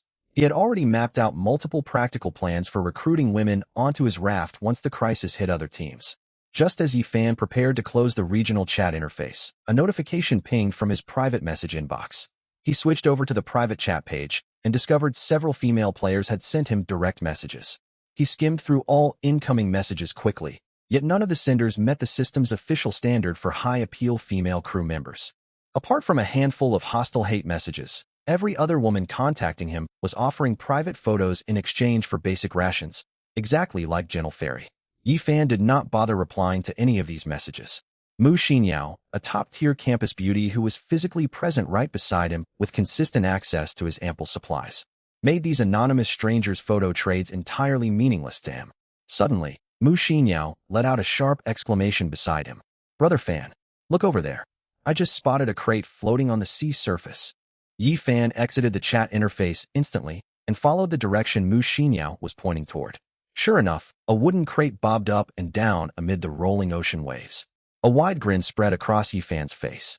While every other player was scrambling desperately to hunt down wooden supply crates across the open sea, one had drifted directly beside his raft with zero effort on his part. It was an unbelievable stroke of luck. He turned toward Mu Xinyao and spoke firmly. "Nice catch spotting it, Xinyao. Hold on tight to the raft. I'll row us over to retrieve the crate right now." Yifan stored all the bread and water Mu Xinyao had unpacked into his game inventory, grabbed the standard wooden or equipped with the raft, and began rowing steadily toward the floating crate. Boosted by his exceptional 25-point constitution stat, he covered the short distance to the crate in mere minutes. He hooked the wooden crate toward the raft with the oar and pulled it within easy reach. Mu Xinyao watched the whole process with bright, excited eyes. "You're so capable, Brother Fan." Yifan let out a hearty laugh in response. "Your Brother Fan always delivers, remember that? You've seen proof of it already." Mu Xinyao's cheeks flushed bright pink, and she playfully scolded him with a soft whine. "Brother Fan, you're always teasing me." Amused by her bashful reaction, Yifan laughed warmly. He stored the wooden supply crate into his game inventory first, then gently pulled Mu Xinyao into a comforting side hug, lowering his voice to speak beside her ear. "I can show you more of what I'm capable of later tonight, if you'd like." Mu Xinyao's face burned an even deeper shade of crimson, yet she gave a shy, quiet nod without hesitation. "Okay, I'd like that." Staring at the lovely, flustered young woman nestled in his embrace, Yifan felt a surge of gentle fondness for her company. He set aside the crate for a moment and sat side by side with Mu Xinyao on the raft deck to rest for a while after their busy morning of crate unpacking and scavenging. An hour passed as the two chatted casually about their experiences in the survival game, sharing small worries and hopeful expectations for navigating the harsh ocean world together. Mu Xinyao was worn out from hours of repetitive crate opening labor and the tense rush to spot floating resources earlier that day, leaning tiredly against Yifan's shoulder with all her energy spent. Even with Yifan pacing their workload to avoid exhausting her completely, the nonstop tasks had drained most of her stamina. Ever since his constitution attribute rose to 25 points, Yifan's physical condition had been comprehensively strengthened across all metrics. If he pushed his full physical capacity, he could endure prolonged physical labor and ocean scavenging tasks for hours on end without fatigue. As Yifan sat upright, Mu Xinyao struggled to her feet, ready to resume her work. Seeing this, Yifan spoke up to comfort her. "Take it easy, Xinyao. Lie down and rest for a while." Don't get up until you've recovered your strength. He then pulled bottled water and bread out of his in-game backpack and set them before her. Have some bread and water to replenish your stamina. You must have sweated a lot earlier. Warmed deeply by Yi Fan's thoughtfulness, Mu Xinyao wore a soft, grateful smile. Thank you, Brother Fan. Right after her words, a crisp system notification echoed inside Yi Fan's mind. Ding! Goddess Mu Xinyao, obedience +2. A surge of joy welled up in Yi Fan's chest. He immediately pulled up Mu Xinyao's status panel to check her stats.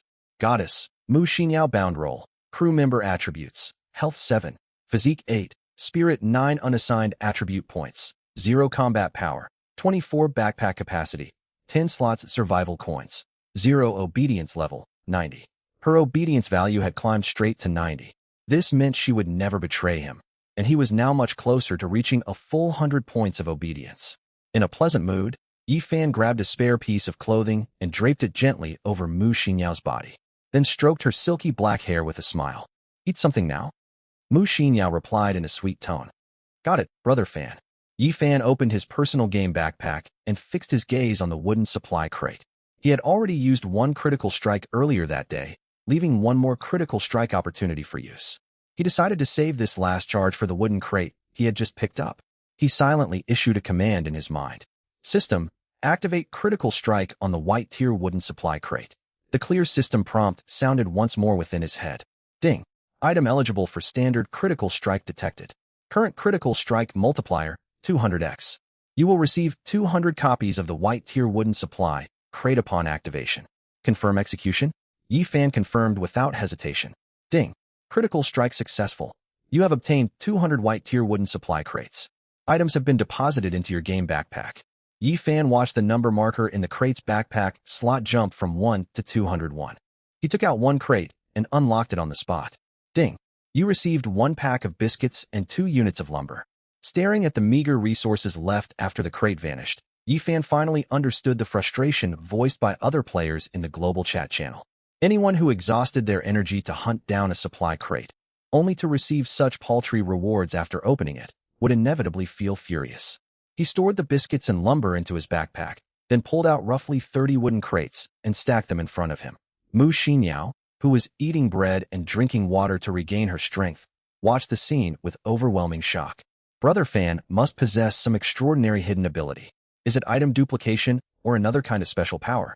Though her mind was filled with guesses, she kept her thoughts to herself after learning her lesson from past incidents.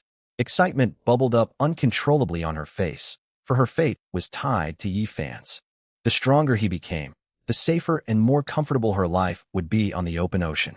Yi Fan opened the crates one after another, accompanied by continuous system alerts. Ding! You received 1 bottle of cola, 1 unit of lumber, 2 units of hemp rope. Ding! You received 2 sausages and 1 pack of rainproof tarpaulin. Ding!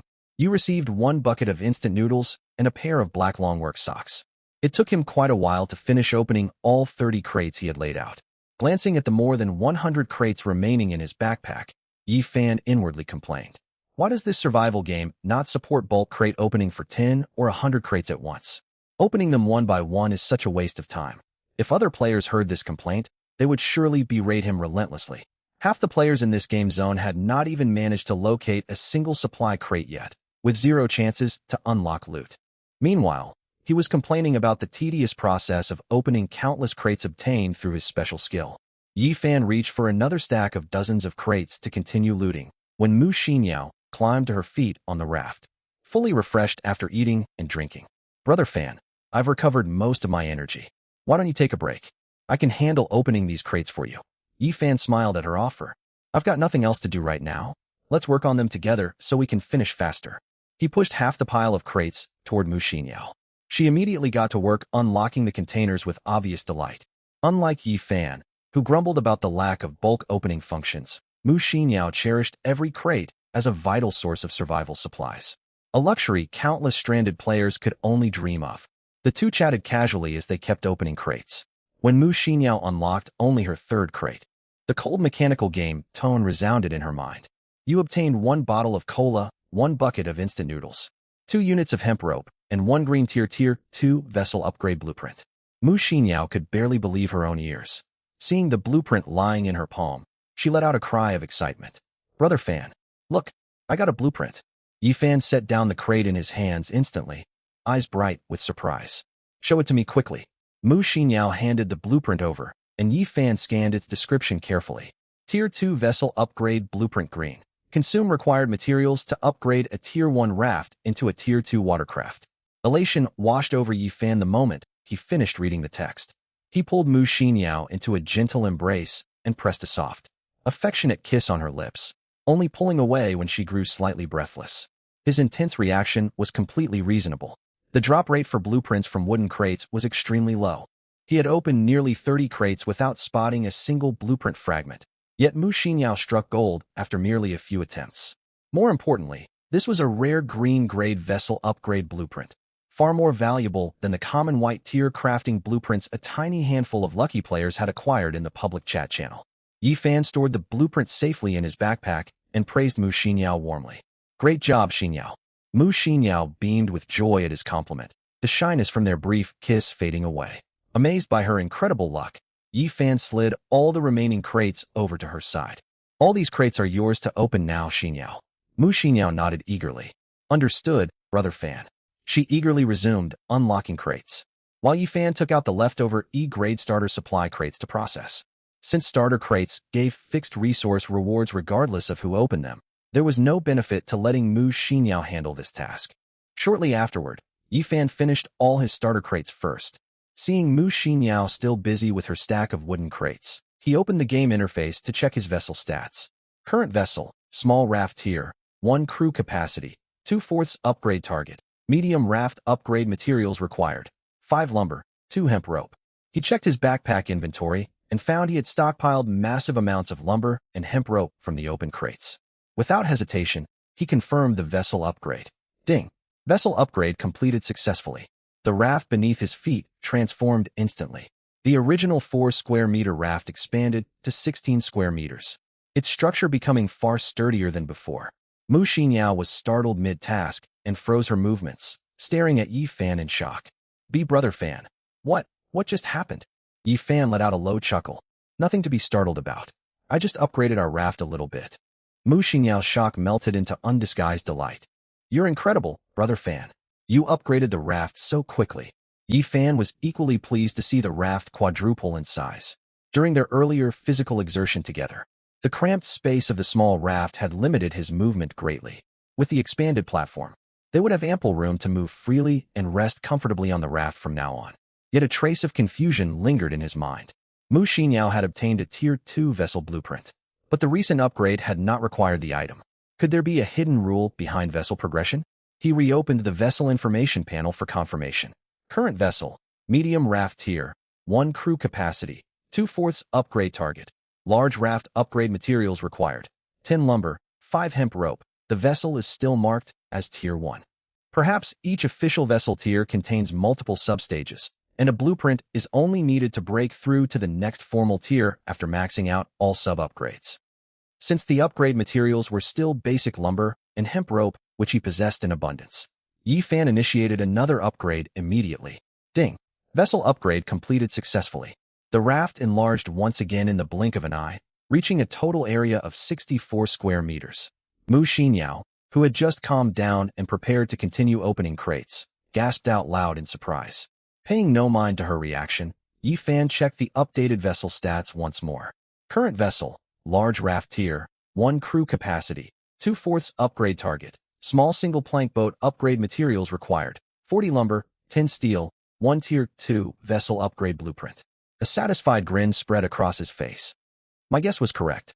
Every primary vessel tier is split into several progressive substages, and a dedicated blueprint is mandatory to advance into the next official tier.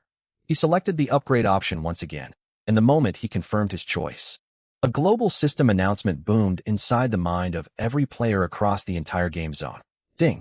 Announcement for all players in Zone 008637 Official Zone Bulletin issued. Congratulations to player Yifan for becoming the first player in this zone to upgrade a vessel to Tier 2 Captain rank. Reward granted.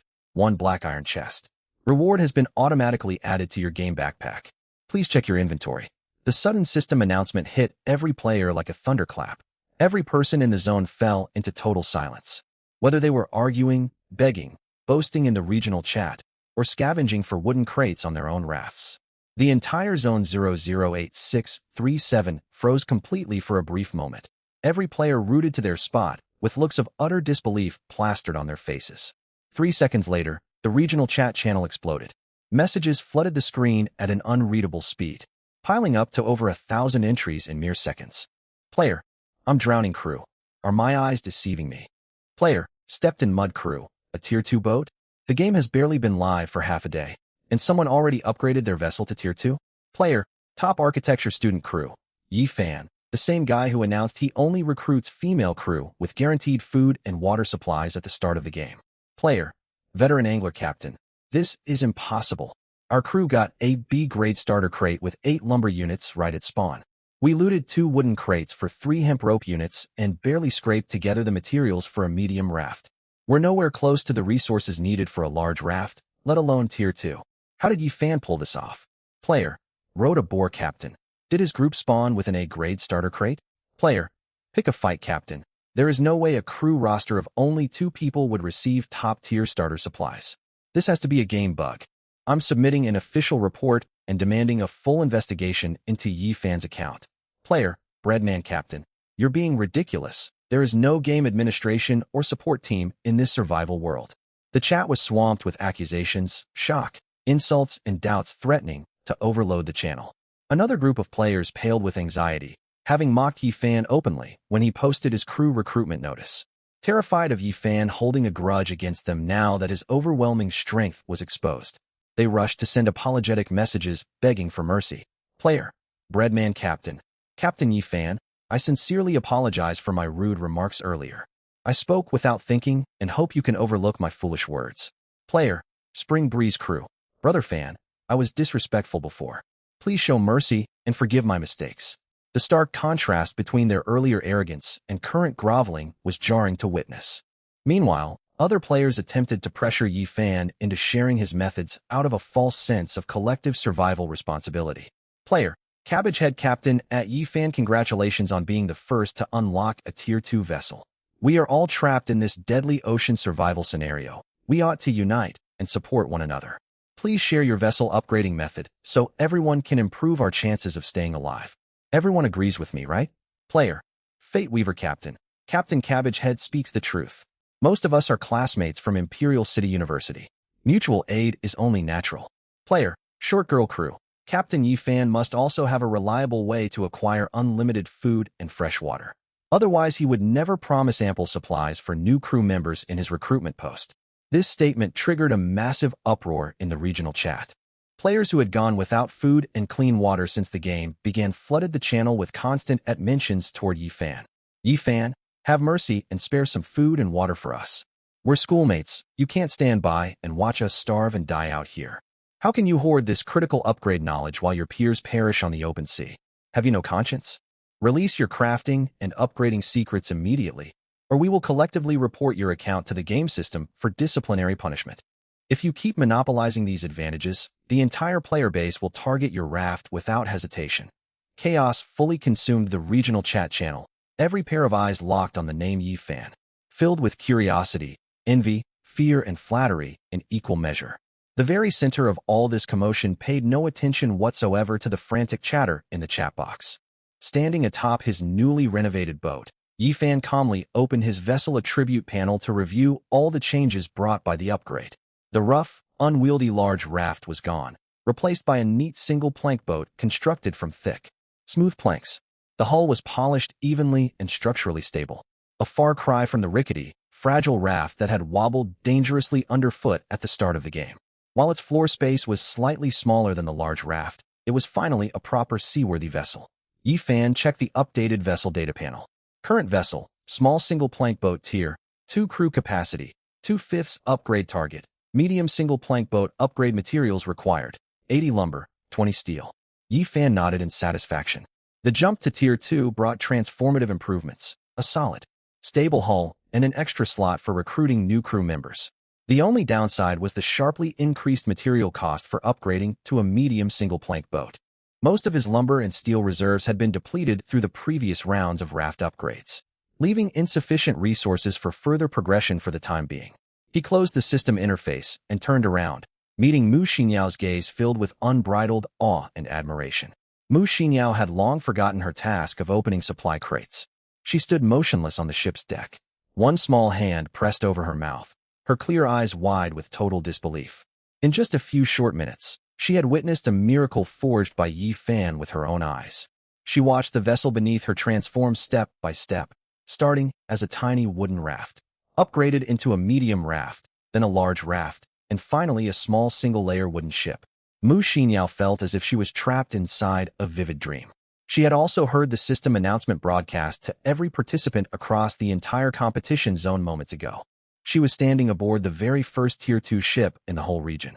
A strong surge of collective pride welled up instantly inside her chest. Her heart hammered wildly against her ribs, and her gaze toward Yi Fan was filled not only with admiration and reliance, but also a hint of fervent adoration. Brother Fan, you actually upgraded the ship to Tier 2, and the whole server got the system notice. You're incredible. I've never met anyone as talented as you. Right then, a crisp system alert echoed inside Yi Fan's mind. Ding! Goddess Mu Xinyao's obedience level +1. A faint smirk tugged at the corner of Yi Fan's mouth upon hearing the notification. He had spent less than half a day in this survival game. Yet Mu Xinyao's obedience level had already climbed to 91, drawing ever closer to the maximum value of 100. Yi Fan reached out and gently ruffled the top of her hair, speaking in a casual, unassuming tone. It was nothing more than a casual upgrade. There's no need for you to be this shocked. You deserve some of the credit for the ship's upgrade too. Without the Tier 2 ship blueprint you pulled from crates, all the upgrade materials I gathered would have been completely useless. Mu Xinyao's heart swelled with warmth at his recognition and praise, far sweeter than any honey. Her adoring gaze toward him deepened noticeably. If their classmates from Imperial Capital University could see this scene, they would be utterly stunned. The cold, aloof campus beauty who always kept others at arm's length was now gazing at Yi Fan with the starry-eyed fondness of an earnest admirer. Yi Fan glanced toward the sinking sun on the distant horizon over the ocean and smiled. All right, Xinyao. It's getting late. Finish opening all the remaining wooden supply crates first, then we'll prepare dinner. Mu Xinyao replied in a bright, sweet voice. Understood, Brother Fan. She promptly returned to sorting and opening the crates. Meanwhile, Yi Fan pulled up his system interface and located the black iron supply crate he had earned as a reward inside his inventory. With a thought, a pitch-black metal crate materialized in his grasp. Its surface felt icy and solid to the touch, vastly superior in quality compared to all the plain wooden crates he had looted so far. He studied the crate quietly to himself. Black iron supply crate green grade. Since it was a green quality container, its rewards ought to be far better than those from common white grade wooden crates. Unfortunately, his 2 daily regular critical loot chances had already been used up, leaving no way to trigger critical rewards on this crate right now. To maximize his gains, he would have to wait for the system's daily critical chance reset tomorrow before opening it. Having made up his mind, Yi Fan stowed the black iron crate back into his inventory and opened the regional chat channel. Ever since the global ship upgrade announcement was sent out, his private message inbox had exploded, piling up to a 999 plus unread count, with new messages flooding in by the second. Since Yi Fan had remained silent in the public regional chat, countless players had resorted to messaging him directly. Yi Fan skimmed through the private messages, which mirrored the content circulating in public chat. Some players who had previously mocked and insulted him sent apologetic messages, begging him not to hold grudges against them. Others accused him of exploiting game glitches to break the game's balance out of sheer resentment. A number of players even used moral coercion and threats to force him to publicly share his efficient resource-gathering methods. Yi Fan paid no heed to their futile outbursts of anger. Arguing back and forth with these people would only waste his precious time. Trading insults would not harm them in the slightest. He would settle scores with real strength once the game's initial adaptation phase concluded, letting those hostile players learn the harsh consequences of crossing him. Besides these hostile individuals, his inbox was flooded with applications from female players hoping to join his fleet. Stranded without proper vessels and basic supplies since the game launched, these women sent extremely deferential messages, eager to secure a spot on his well-equipped ship. Most of these female participants had gone without food or fresh water since the game began with 0 resources to their names. When they witnessed Yi Fan rapidly upgrading his ship to Tier 2 within such a short time frame, they rushed to reach out to him immediately. Yi Fan had originally predicted these recruitment requests would only start pouring in after 2 or 3 days, but the official server announcement had accelerated the process drastically. He sifted through hundreds of private messages from these women, screening for candidates who met the system's criteria for goddess status. Far off in a remote corner of Zone 008637, on board a newly upgraded large wooden raft, a burly man stared darkly at the regional chat logs, his eyes burning with envy and malice. The 3 other crew members, sharing his vessel, wore equally grim expressions. The man in charge was Zhao Tianming, the most influential student in Imperial Capital University's Physical Education Department, boasting an impressive combat power stat of 38. He had been randomly selected as a ship captain right before the survival game launched. Leveraging his outstanding physical prowess and campus influence within the PE department, he quickly recruited 3 teammates each with around 36 combat power to form his fleet. Thanks to their team's average combat power exceeding 36, Zhao Tianming successfully claimed an A-grade starter supply crate, the only fleet in Zone 008637 to obtain this top-tier starting reward. True to its elite rating, the A-grade starter crate contained abundant provisions: 16 500-milliliter bottles of mineral water, 16 packs of toast bread, 16 units of timber, 16 units of hemp rope, alongside a blueprint for a green-grade melee weapon. This windfall convinced Zhao Tianming he was destined to be the dominant protagonist of this survival game, stoking burning ambitions within him. More than just a student-athlete, he was born into a wealthy and powerful family with considerable standing across the imperial capital, paired with sharp personal intellect. Rather than merely focusing on surviving the deadly ocean game, Zhao Tianming had set his sights on total domination over Zone 008637 from the very beginning. He soon drafted a comprehensive plan. First, he ordered his 3 crewmates to keep quiet about their A-grade starter crate, forbidding any mention of the reward in public channels. Unlike foolish players bragging about their starting loot in regional chat, Zhao Tianming fully understood the wisdom of laying low to accumulate strength and avoiding drawing unnecessary attention. Publicly announcing their premium supplies would bring no tangible benefits, only unwanted trouble and competition. Next, he reached out to the loyal followers who had always aligned with him back on campus. Blessed with wealth, a ruthless disposition, and generous spending habits, Zhao Tianming had reigned as a powerful figure within Imperial Capital University long before the survival game began, gathering a large circle of followers, mostly fellow PE students. These followers possessed some of the highest combat power values in the current game zone. Virtually all of these followers had qualified for entry into the Ocean Survival Challenge. If he could unite these former subordinates under his command once more, conquering the entire competition zone would be all but guaranteed. Zhao Tianming sent out private promises to his old allies. Anyone who swore allegiance to him would be placed under his formal leadership. Once the initial adaptation period ended, he would lead their unified faction to seize full control of the zone. With their combined combat strength, no other fleet would stand a chance against them. Every ship, resource stockpile, and participant within the zone would fall under their jurisdiction. They would reign as the supreme rulers of the region, with unlimited access to food and clean water for life. Most of his former followers were easily swayed by this promising vision, growing eager and excited after reading his messages. Within half an hour, nearly 10 powerful fleets replied, agreeing to merge into Zhao Tianming's PE department alliance, acknowledging him as their leader and obeying all his commands. These fleets set sail toward his raft's coordinates per his instructions to regroup. The flood of loyal responses put Zhao Tianming in high spirits. He tasked his crew with scavenging wooden supply crates while continuing to upgrade their raft. Supported by resources from his A-grade starter crate, he upgraded their vessel all the way to a large raft, merely one step away from Tier 2 ship status. Standing atop his sturdy, spacious raft, Zhao Tianming felt unstoppable, already imagining leading his followers to conquer weaker fleets once the adaptation phase lifted. His triumphant mood was instantly shattered the moment the zone-wide system announcement regarding Yi Fan's Tier 2 ship appeared. While other players voiced confusion and suspicion across the chat, Zhao Tianming reacted with far greater fury. He knew full well how demanding it was to upgrade a large raft into a Tier 2 single-layer wooden ship. The upgrade required massive quantities of raw materials, plus a rare Tier 2 ship construction blueprint. While materials could theoretically be purchased from the player trading system in exchange for precious food and water, the Tier 2 blueprint had never appeared in any public chat or marketplace listings so far. He could not fathom where this Yi Fan had obtained such a critical schematic. Zhao Tianming fixed his cold gaze on his three crewmates and spoke sharply. Has any of you heard of or met a person named Yi Fan back at school? The three men fell into thoughtful silence before Lu Haiba spoke up.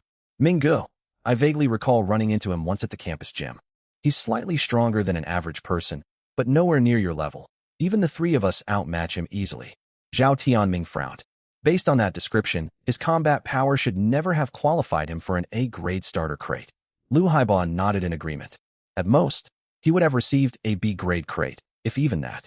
Before the game started, he openly recruited female crew members based on appearance, which usually results in players receiving lower-tier starter rewards, sometimes nothing at all. Zhao Tianming's expression darkened further. The problem is this supposedly ordinary student has already built a Tier 2 ship. Every single requirement for that upgrade is far beyond what any participant should accomplish this early into the game. Another crew member, Su Zhihao, voiced a theory. Minggu, what if the rumors circulating in chat are true? Yi Fan might own a special rare item or have found an exploit to farm resources abnormally fast. Liang Wenbo pushed up his wire-rimmed glasses and added gravely. If that is the case, he poses a severe threat. We need to neutralize this Yi Fan as soon as possible before he becomes an insurmountable obstacle to your plan to rule the zone. After mulling over his subordinates' input, Zhao Tianming laid out his plan. I will message him privately first to test his stance. If we can recruit him into our alliance as a subordinate, our faction will gain an invaluable asset. If he refuses our offer, we will not hesitate to take hostile action.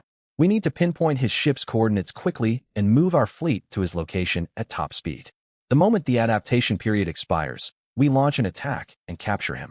Whatever secret method he uses to acquire rare resources will belong to us once he is in our custody. His three crew members immediately showered him with compliments. Brilliant plan, Minggu. Zhao Tianming polished the appealing benefits he had outlined for his followers and sent the revised offer to Yi Fan via private message. Yi Fan, however, had no spare attention to read messages from unknown mail senders while sorting through hundreds of private messages from female participants. Even if he had seen Zhao Tianming's message, he would have ignored it outright. As someone blessed with a powerful innate system, he would never submit to serve another person. Right as Yi Fan finished reviewing hundreds of incoming private messages from female players, the crisp system notification resounded inside his mind once again. Ding! A participant matching the system's goddess criteria has been detected. Goddess name, Lu Rumeng. Yi Fan paused his task upon hearing the name. Lu Rumeng. She is one of the 4 great campus beauties of Imperial Capital University, equal in fame to Mu Xinyao. He immediately opened the private message sent by Lu Rumeng. Gentle cutie. Hello, brother Yi Fan. I'm Lu Rumeng from the Financial Management Department.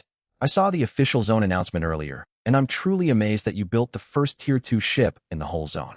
You're incredibly impressive. Unfortunately, my current fleet didn't receive any starter supply crates, and none of my teammates know how to gather resources efficiently. We are all suffering from extreme hunger and fatigue right now. I saw your earlier notice recruiting female crew members with guaranteed food and water provisions. Could I apply to join your crew? I am very obedient and will do my utmost to assist you with daily ship duties and chores. I will wholeheartedly fulfill any responsibilities you assign to me. A teary-eyed emoticon was attached to the end of her message. A teasing smirk formed on Yi Fan's lips after reading her message. Though he had never paid much attention to the 4 great campus beauties during his university days, he was familiar with the widespread stories surrounding Lu Rumeng.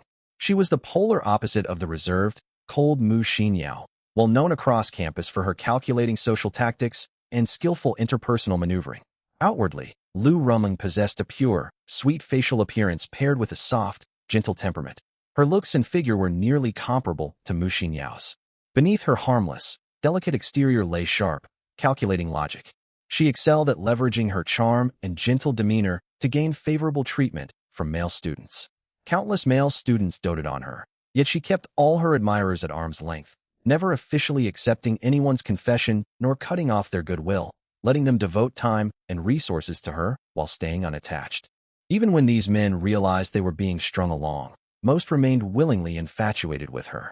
She was also adept at managing social relationships with female peers, which allowed her to secure a crew spot for the survival game without facing betrayal from close friends, unlike Mu Xinyao's bitter experience. Yi Fan had not expected this famously shrewd campus beauty to also qualify as a system goddess. On a stretch of open sea within the competition zone, a tiny wooden raft drifted alone, carrying 4 young women. Most of the girls on board stared blankly into the ocean, their faces etched with despair. Only the girl with the pure, sweet facial features anxiously waited for a reply to her private message, Lu Ruming herself. Looking back on the half-day since the game began, Lu Ruming felt as if she had been trapped in a horrific nightmare. Worse still, this nightmare showed no sign of ending. Right after the survival game launched, the overall combat power of their team was far too low, so they failed to claim even the most basic E-rank beginner supply crate. Staring out at the boundless ocean, they stood stranded atop nothing more than a tiny wooden raft. Many young men would struggle to adapt to such a sudden, alien environment, let alone these pampered young women who had never endured hardship in their daily lives. Just like most other players, Lu Ruming and her 3 teammates instantly fell into panic. They could not bring themselves to row the raft in search of supply crates. Even staying steady on the floating would left them dizzy and trembling with fear. Once they finally grew accustomed to their harsh surroundings, Su Jessen, the designated captain, tried to assert her authority and ordered the other 3 girls to start searching for supply boxes. However, the 3 crew members flat out refused to comply. None of them had ever rowed a boat before. If they slipped and fell into the ocean mid-row, they would be doomed for good. None trusted the other girls enough to jump in and save them. Furious at being openly disregarded, Captain Su Jessen seethed with anger. Before the game started, these 3 girls had fawned over her relentlessly upon learning she would be captain. They had even warned her against recruiting male crew members, claiming men would harbor malicious intentions toward her. The trio had sworn solemnly that they would follow every single order without hesitation once the game went live, and now this was how they acted. Su Jessen issued a stern ultimatum. If they continued to disobey her commands, she would expel them from the team the moment the beginner adaptation period concluded. Even faced with this threat, Lu Ruming and the other 2 girls refused to back down, firing back accusations that Su Jessen was ruling the team as a dictator. Setting aside your captain title, what right do you have to bark orders at us? We are all women on this raft. We should run things democratically, with every decision settled by group vote. These words pushed Su Jessen over the edge, and she shouted harsh retorts at the 3 girls. Lu Ruming and her companions had never endured such verbal abuse in their lives. As a renowned campus goddess adored by countless admirers everywhere she went, Lu Ruming could not swallow this humiliation. So the 3 girls shot back viciously. The 4 split into opposing factions and hurled insults at one another. They would have come to physical blows if the cramped raft did not carry the risk of falling into the sea. The shouting match dragged on for ages, only stopping once all 4 were parched and their throats raw from yelling. A long, frosty silence settled over the raft afterwards. As time ticked by, Lu Ruming was racked with raging thirst and hunger. She had not drunk a drop of water or eaten a single bite of food since entering the survival game, and the other 3 women were suffering just as badly. Even so, no one volunteered to row the raft toward the wooden supply crates, each waiting for someone else to do the work while they reaped the rewards. All 4 girls turned their attention to the regional chat channel, hoping to coax food and water from better-equipped players via coquettish pleas and begging. Their messages fell on deaf ears. Very few players had secured sustenance at this stage. While hordes of participants were starving and thirsty, their requests were nowhere near a priority for anyone with spare supplies. Just then, a system announcement echoed for all players, revealing that Yi Fan had upgraded his vessel to level 2. This news immediately reignited Lu Ruming's spirits. She had seen Yi Fan's earlier recruitment post seeking female goddess crew members and had written him off as a cheap attention seeker, never believing he actually possessed food and fresh water, so she had ignored the message entirely. Now the official game announcement proved his recruitment notice was genuine. He must have ample provisions in his possession. Without a second thought, Lu Ruming resolved to abandon her current raft and join Yi Fan's crew. She pulled out the manipulative tactics she had long used to wrap her admirers around her finger and sent Yi Fan a cloyingly sweet private message. After sending the message, Lu Ruming was brimming with confidence. Yi Fan's recruitment notice explicitly stated he was only accepting goddess-level women, a requirement tailor-made for her.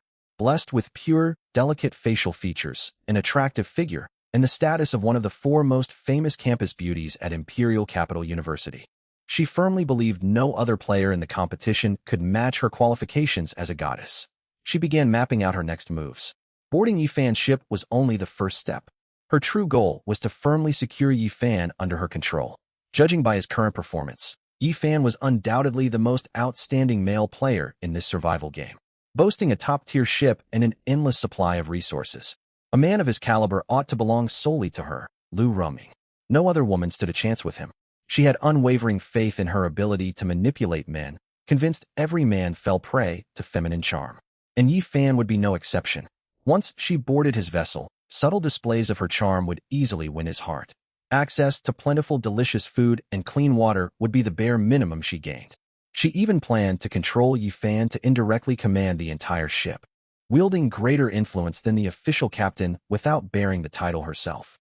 She would no longer need to live in constant fear and starvation on this rickety raft. To her frustration, her private message sank without a trace. Yi Fan did not reply for a long while, stirring anxious restlessness within her. Could Yi Fan really be immune to female beauty, like the legendary incorruptible Lu Xiaohui? That can't be right. Why would he recruit goddesses if he holds no interest in women? Or do I fail to meet his standard for a goddess? Doubt briefly crept into her mind regarding her own looks and physique, but she quickly shook it off and restored her confidence. I'm more than qualified to bear the title of goddess with my appearance and figure. He must be flooded with private messages and simply hasn't seen mine yet. I just need to wait patiently. As Lu Rumling had guessed, the system announcement had caused Yi Fan's private message inbox to explode. Most senders were women hoping to transfer to his raft and win his favor. Several female captains even offered to bring their entire female crews over as a bundled package if Yi Fan accepted their proposal. Yi Fan ignored every last one of these appeals. He could not trust that none of these women hid dangerous traits akin to mutated abominations, and his ship had limited crew slots. He would not fill his vessel with ordinary, shallow women. He placed his full trust solely in the system's official screening criteria for new crew members. Lu Rumling was growing desperate and debating whether to send private photos of herself to Yi Fan when she finally received his reply. Yi Fan, Captain. So it's the renowned campus beauty Lu. Congratulations, your application has been approved. You may join my crew. A huge weight lifted off Lu Ruming's shoulders the moment she read the reply, and she hastily typed a response. Gentle cutie crew member. Thank you so much, Captain. I'm endlessly grateful to you. But Captain, I'm only a regular crew member with no sailing experience, so I have no way to travel to your location on my own. Could you please come pick me up? Shortly after sending the message, another reply arrived from Yi Fan. Yi Fan, Captain, I can come for you. Send over your current coordinates. I will retrieve you once the beginner adaptation period ends. Lu Ruming sent her exact coordinates without hesitation, adding another coquettish line. Please hurry to my side, Captain. I'm so scared out here all alone. She never bothered consulting the other three girls sharing her raft. Her own survival came before everything else. All she cared about was escaping this living nightmare by boarding Yi Fan's ship as soon as possible. The fate awaiting Su Jessen and the other two women mattered nothing to her. Licking her parched lips, she sent yet another message to Yi Fan. Gentle cutie crew member. Captain, I haven't had a single bite to eat since the game started, and I'm barely holding on. Could you spare some food and drinking water for me? I will repay your kindness with dedicated service once I board your ship. On his end, Yi Fan wore an amused smirk reading her saccharine, manipulative messages. He's finally showing his true colors. Every little scheme she's plotting is plain for me to see. Still, he resolved to trade her some food and water regardless. He had more supplies than he could ever use, so the small loss would not impact him in the slightest. While Lu Rumling was calculating and scheming, she was far from foolish. She could clearly distinguish temporary handouts from long-term stable comfort. Yi Fan also worried she might collapse from thirst or starvation before the adaptation period ended, costing him a potential crew member. Most importantly, Mu Xinyao had already received strict behavioral guidance before the game launched, resulting in extremely high loyalty and obedience the moment they formed a partnership. Interacting with her held no real challenge. Yi Fan was intrigued by the prospect of guiding and tempering the scheming campus beauty Lu Ruming. He drafted his reply to her message. Yi Fan, Captain, I can trade you food and water right now, but remember every word you've just said.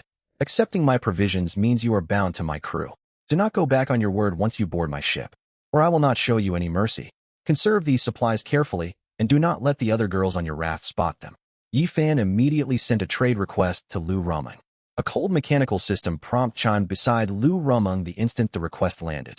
Ding! Player Yi Fan, Captain has sent you a trade request. Would you like to accept? The sudden alert startled Lu Ruming, but shock quickly morphed into overwhelming elation. She had fully expected Yi Fan to reject her plea. Food and water were incredibly scarce resources, and the two had never even met face to face. His willingness to help solidified her awe of his immense power.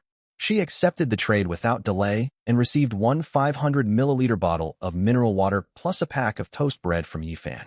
She paid no mind to the veiled threats within his accompanying private message, instead growing even more eager to reach his ship.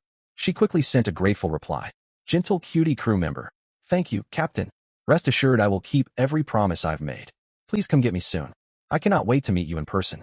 Right after sending the message, Lu Rumung opened her in-game inventory and spotted the water bottle and bread sitting neatly inside. Her mouth flooded with saliva instantly, and her stomach rumbled loudly with hunger.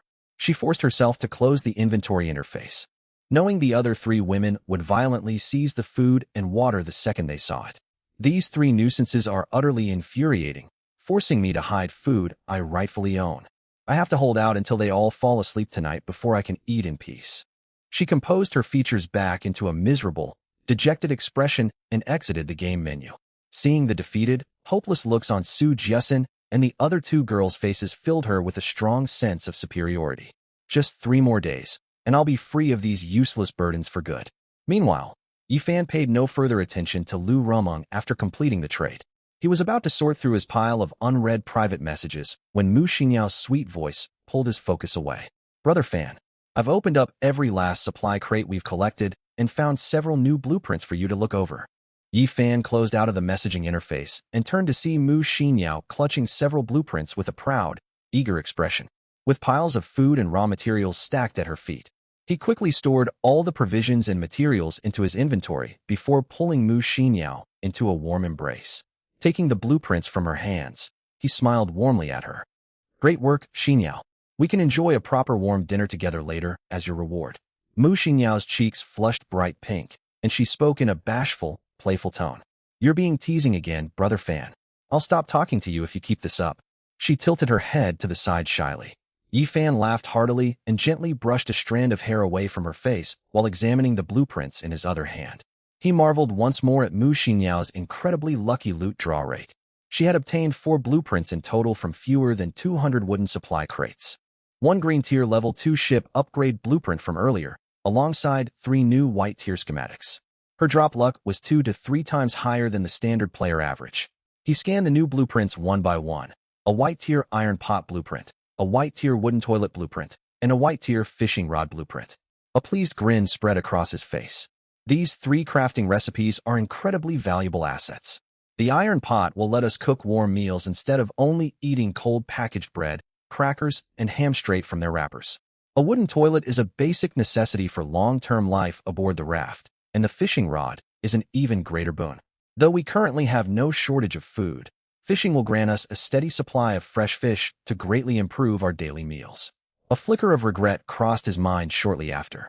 All these blueprints were obtained from supply crates earned via system loot multipliers, meaning they could not be duplicated with the same bonus effect. If duplication was possible, he could easily farm hundreds of fishing rod blueprints overnight to sell for high prices on the in-game trade market. An item guaranteed to be sought after by countless struggling players. He stored the fishing rod blueprint in his inventory to craft the following day, then opened the game crafting menu to build the iron pot and wooden toilet immediately. Moments later, the system notification sounded. Ding. Item crafted successfully, 1 times iron pot. Item has been stored in your inventory. Ding. Item crafted successfully, 1 times wooden toilet. Item has been stored in your inventory. Just as Yifan reached for the newly crafted iron pot, soft, quiet gasps drifted from the young woman nestled in his arms. He glanced down to find Mu Xinyao's face flushed crimson. Her lips softly parted as she struggled to calm her flustered heartbeat under his gentle, affectionate gestures. She buried her face firmly against his chest to hide her embarrassed expression from his gaze. Yifan's smile softened at her shy reaction, yet he slowly pulled his hand back and spoke gently. It's getting late, Xinyao. Let's tidy up and prepare our dinner. Mu Xinyao let out a quiet breath of relief once his hand pulled away from her hair and shoulders, lifting her head to respond in a soft voice. All right, Brother Fan.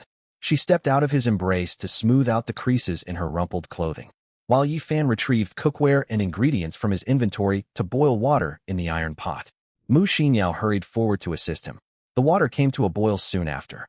Mu Xinyao poured the hot water into 2 bowls of instant noodles, adding ham sausages and marinated eggs to each portion. before handing one bowl to Yi Fan. Here you go, brother Fan. Yi Fan nodded and pulled 2 bottles of cola from his inventory, passing one over to Mu Xinyao, who accepted it with both hands and smiled sweetly. Thank you, brother Fan. The rich, savory aroma of brewed instant noodles quickly filled the air, making Mu Xinyao's mouth water intensely. She had rarely eaten such convenience food before entering the survival game. Yet now she dreamed of having hot instant noodles every single day. She knew nearly half the players in their competition were suffering through hunger with zero food or water to sustain themselves. And those lucky enough to have supplies could only eat cold packaged food dry. No other player could enjoy hot noodle soup topped with ham and marinated eggs alongside cold cola like she did.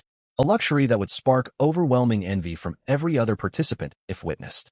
Every bit of this comfort was made possible solely by the man sitting in front of her. A crisp system alert echoed inside Yi Fan's mind at that moment. Ding! Goddess Mu Xinyao, loyalty +1. After the two finished dinner, dusk fell gradually. Mu Xinyao took the initiative to clear the table, while Yi Fan pulled out the miniature thermostatic device from his game backpack. As daylight faded fast, the sea temperature plummeted sharply. The temperature had dropped from nearly 30 degrees Celsius at noon to under 20 degrees, and it would likely sink below 10 degrees by midnight.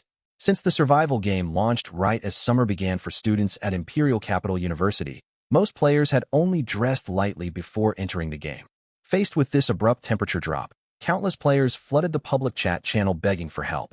Chicken Hoarder Captain, damn it, what kind of messed up weather is this? The temperature is dropping way too fast. Anyone with extra clothes do me a solid and spare a piece for me.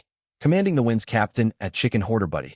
I've got 2 black lace women's underwear I looted earlier. You want him? Chicken Hoarder Captain at Commanding the Winds Go to Hell? You bastard. Straight no more crew member at Commanding the Winds Brother. Could I have those lace undergarments instead? Commanding the Winds Captain at Straight no more Whoa man. You've got some guts. Warm Lemon Captain.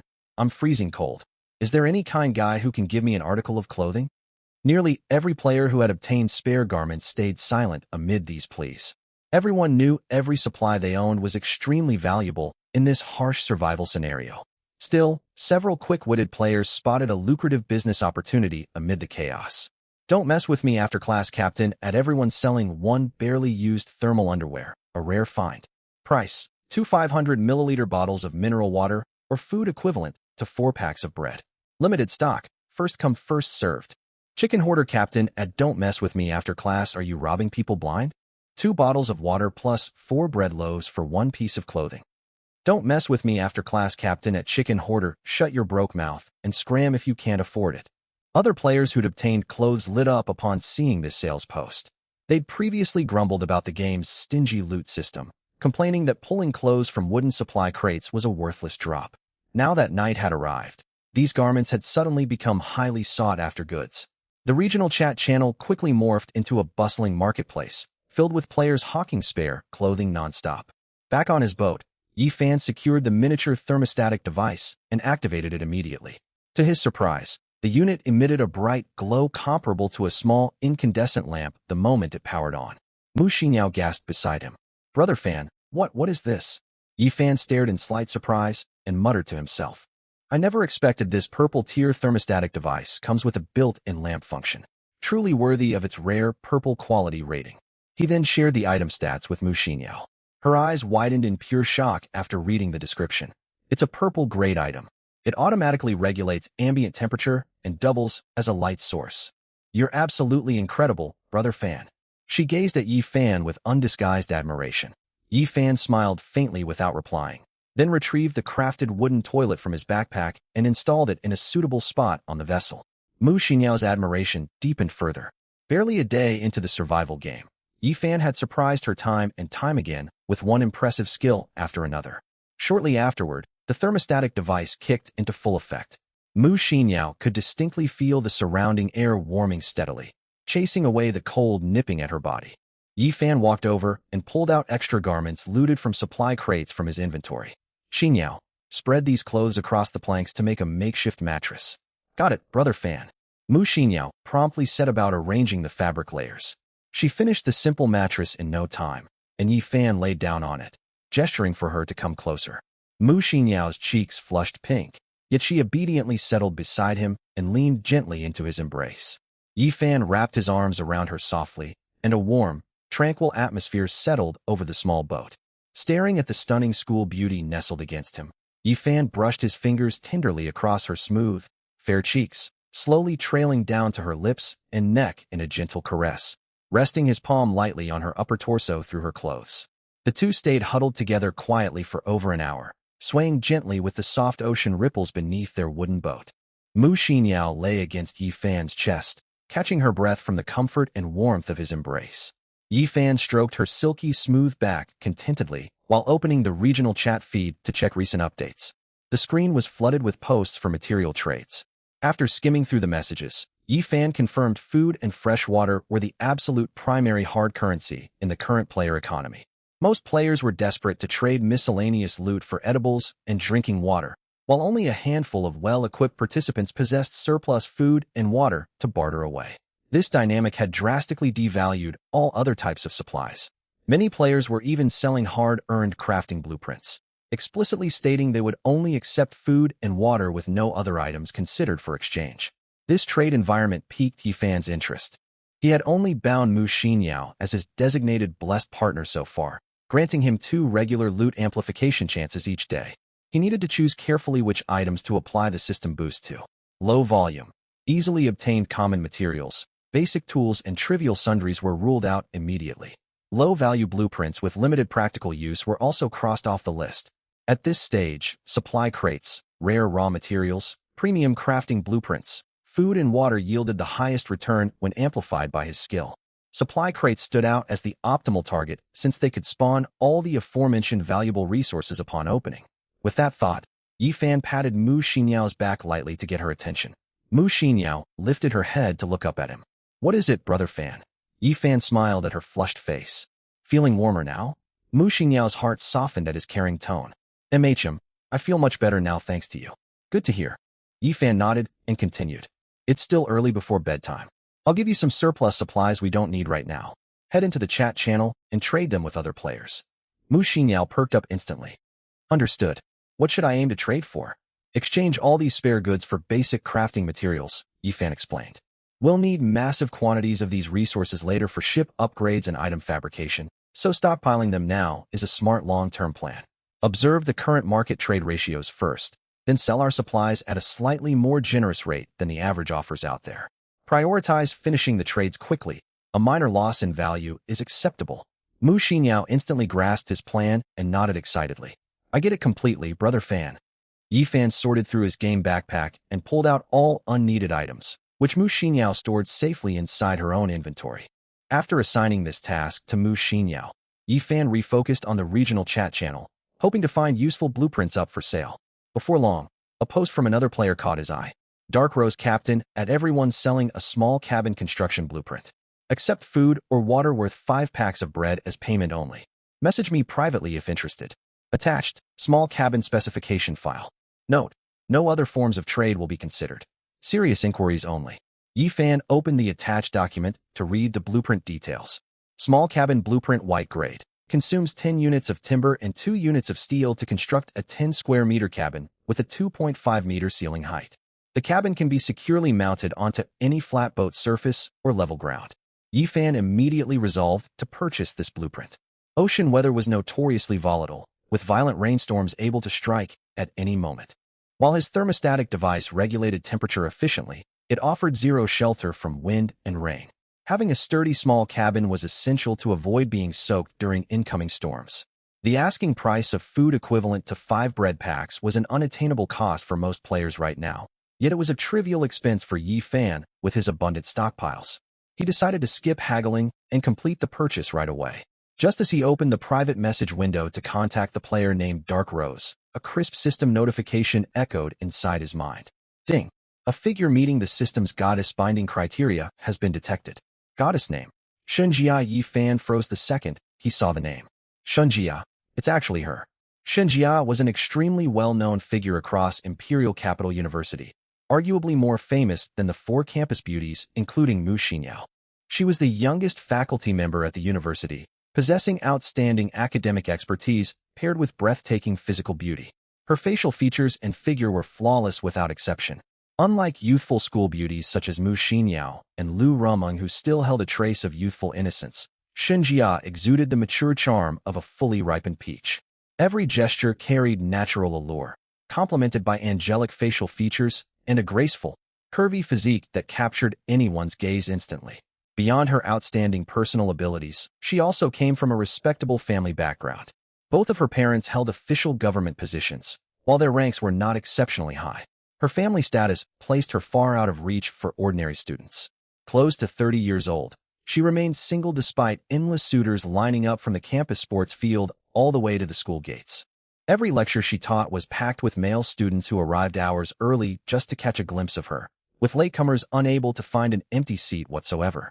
A popular saying circulated around the university: marrying Xinjia would cut 20 years off anyone's struggle to build a successful life, bringing both love and stable prosperity in one fell swoop.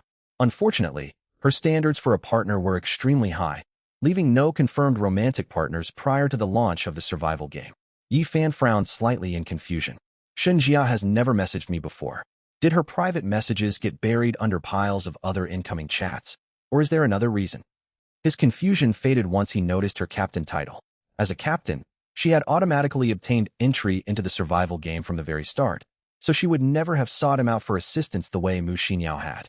The fact that she was selling a blueprint meant she and her crew were capable of looting supply crates, granting them a modest supply of food and water. Still, her reserves were likely slim if she was willing to trade away a hard-earned blueprint for more provisions. Yifan composed a private message intending to send it to Xinjia. Meanwhile, on a secluded stretch of open sea aboard a simple wooden raft, Xinjia stared anxiously at her private message inbox. A significant amount of time had passed since she posted the cabin blueprint for sale, yet she had received barely any inquiries. To make matters worse, the few private messages she did receive were filled with crude insults. Multiple senders berated her for being foolish to charge the value of 5 bread loaves for a single useless blueprint, criticizing her for overvaluing blueprints when food and water were the most precious resources in the game. Xinjia fought the urge to fire back with retorts. As a university instructor, she tried to maintain her composure, knowing arguing with hostile strangers would accomplish nothing. She opted to ignore the toxic messages entirely. Just then, an anxious voice spoke up beside her.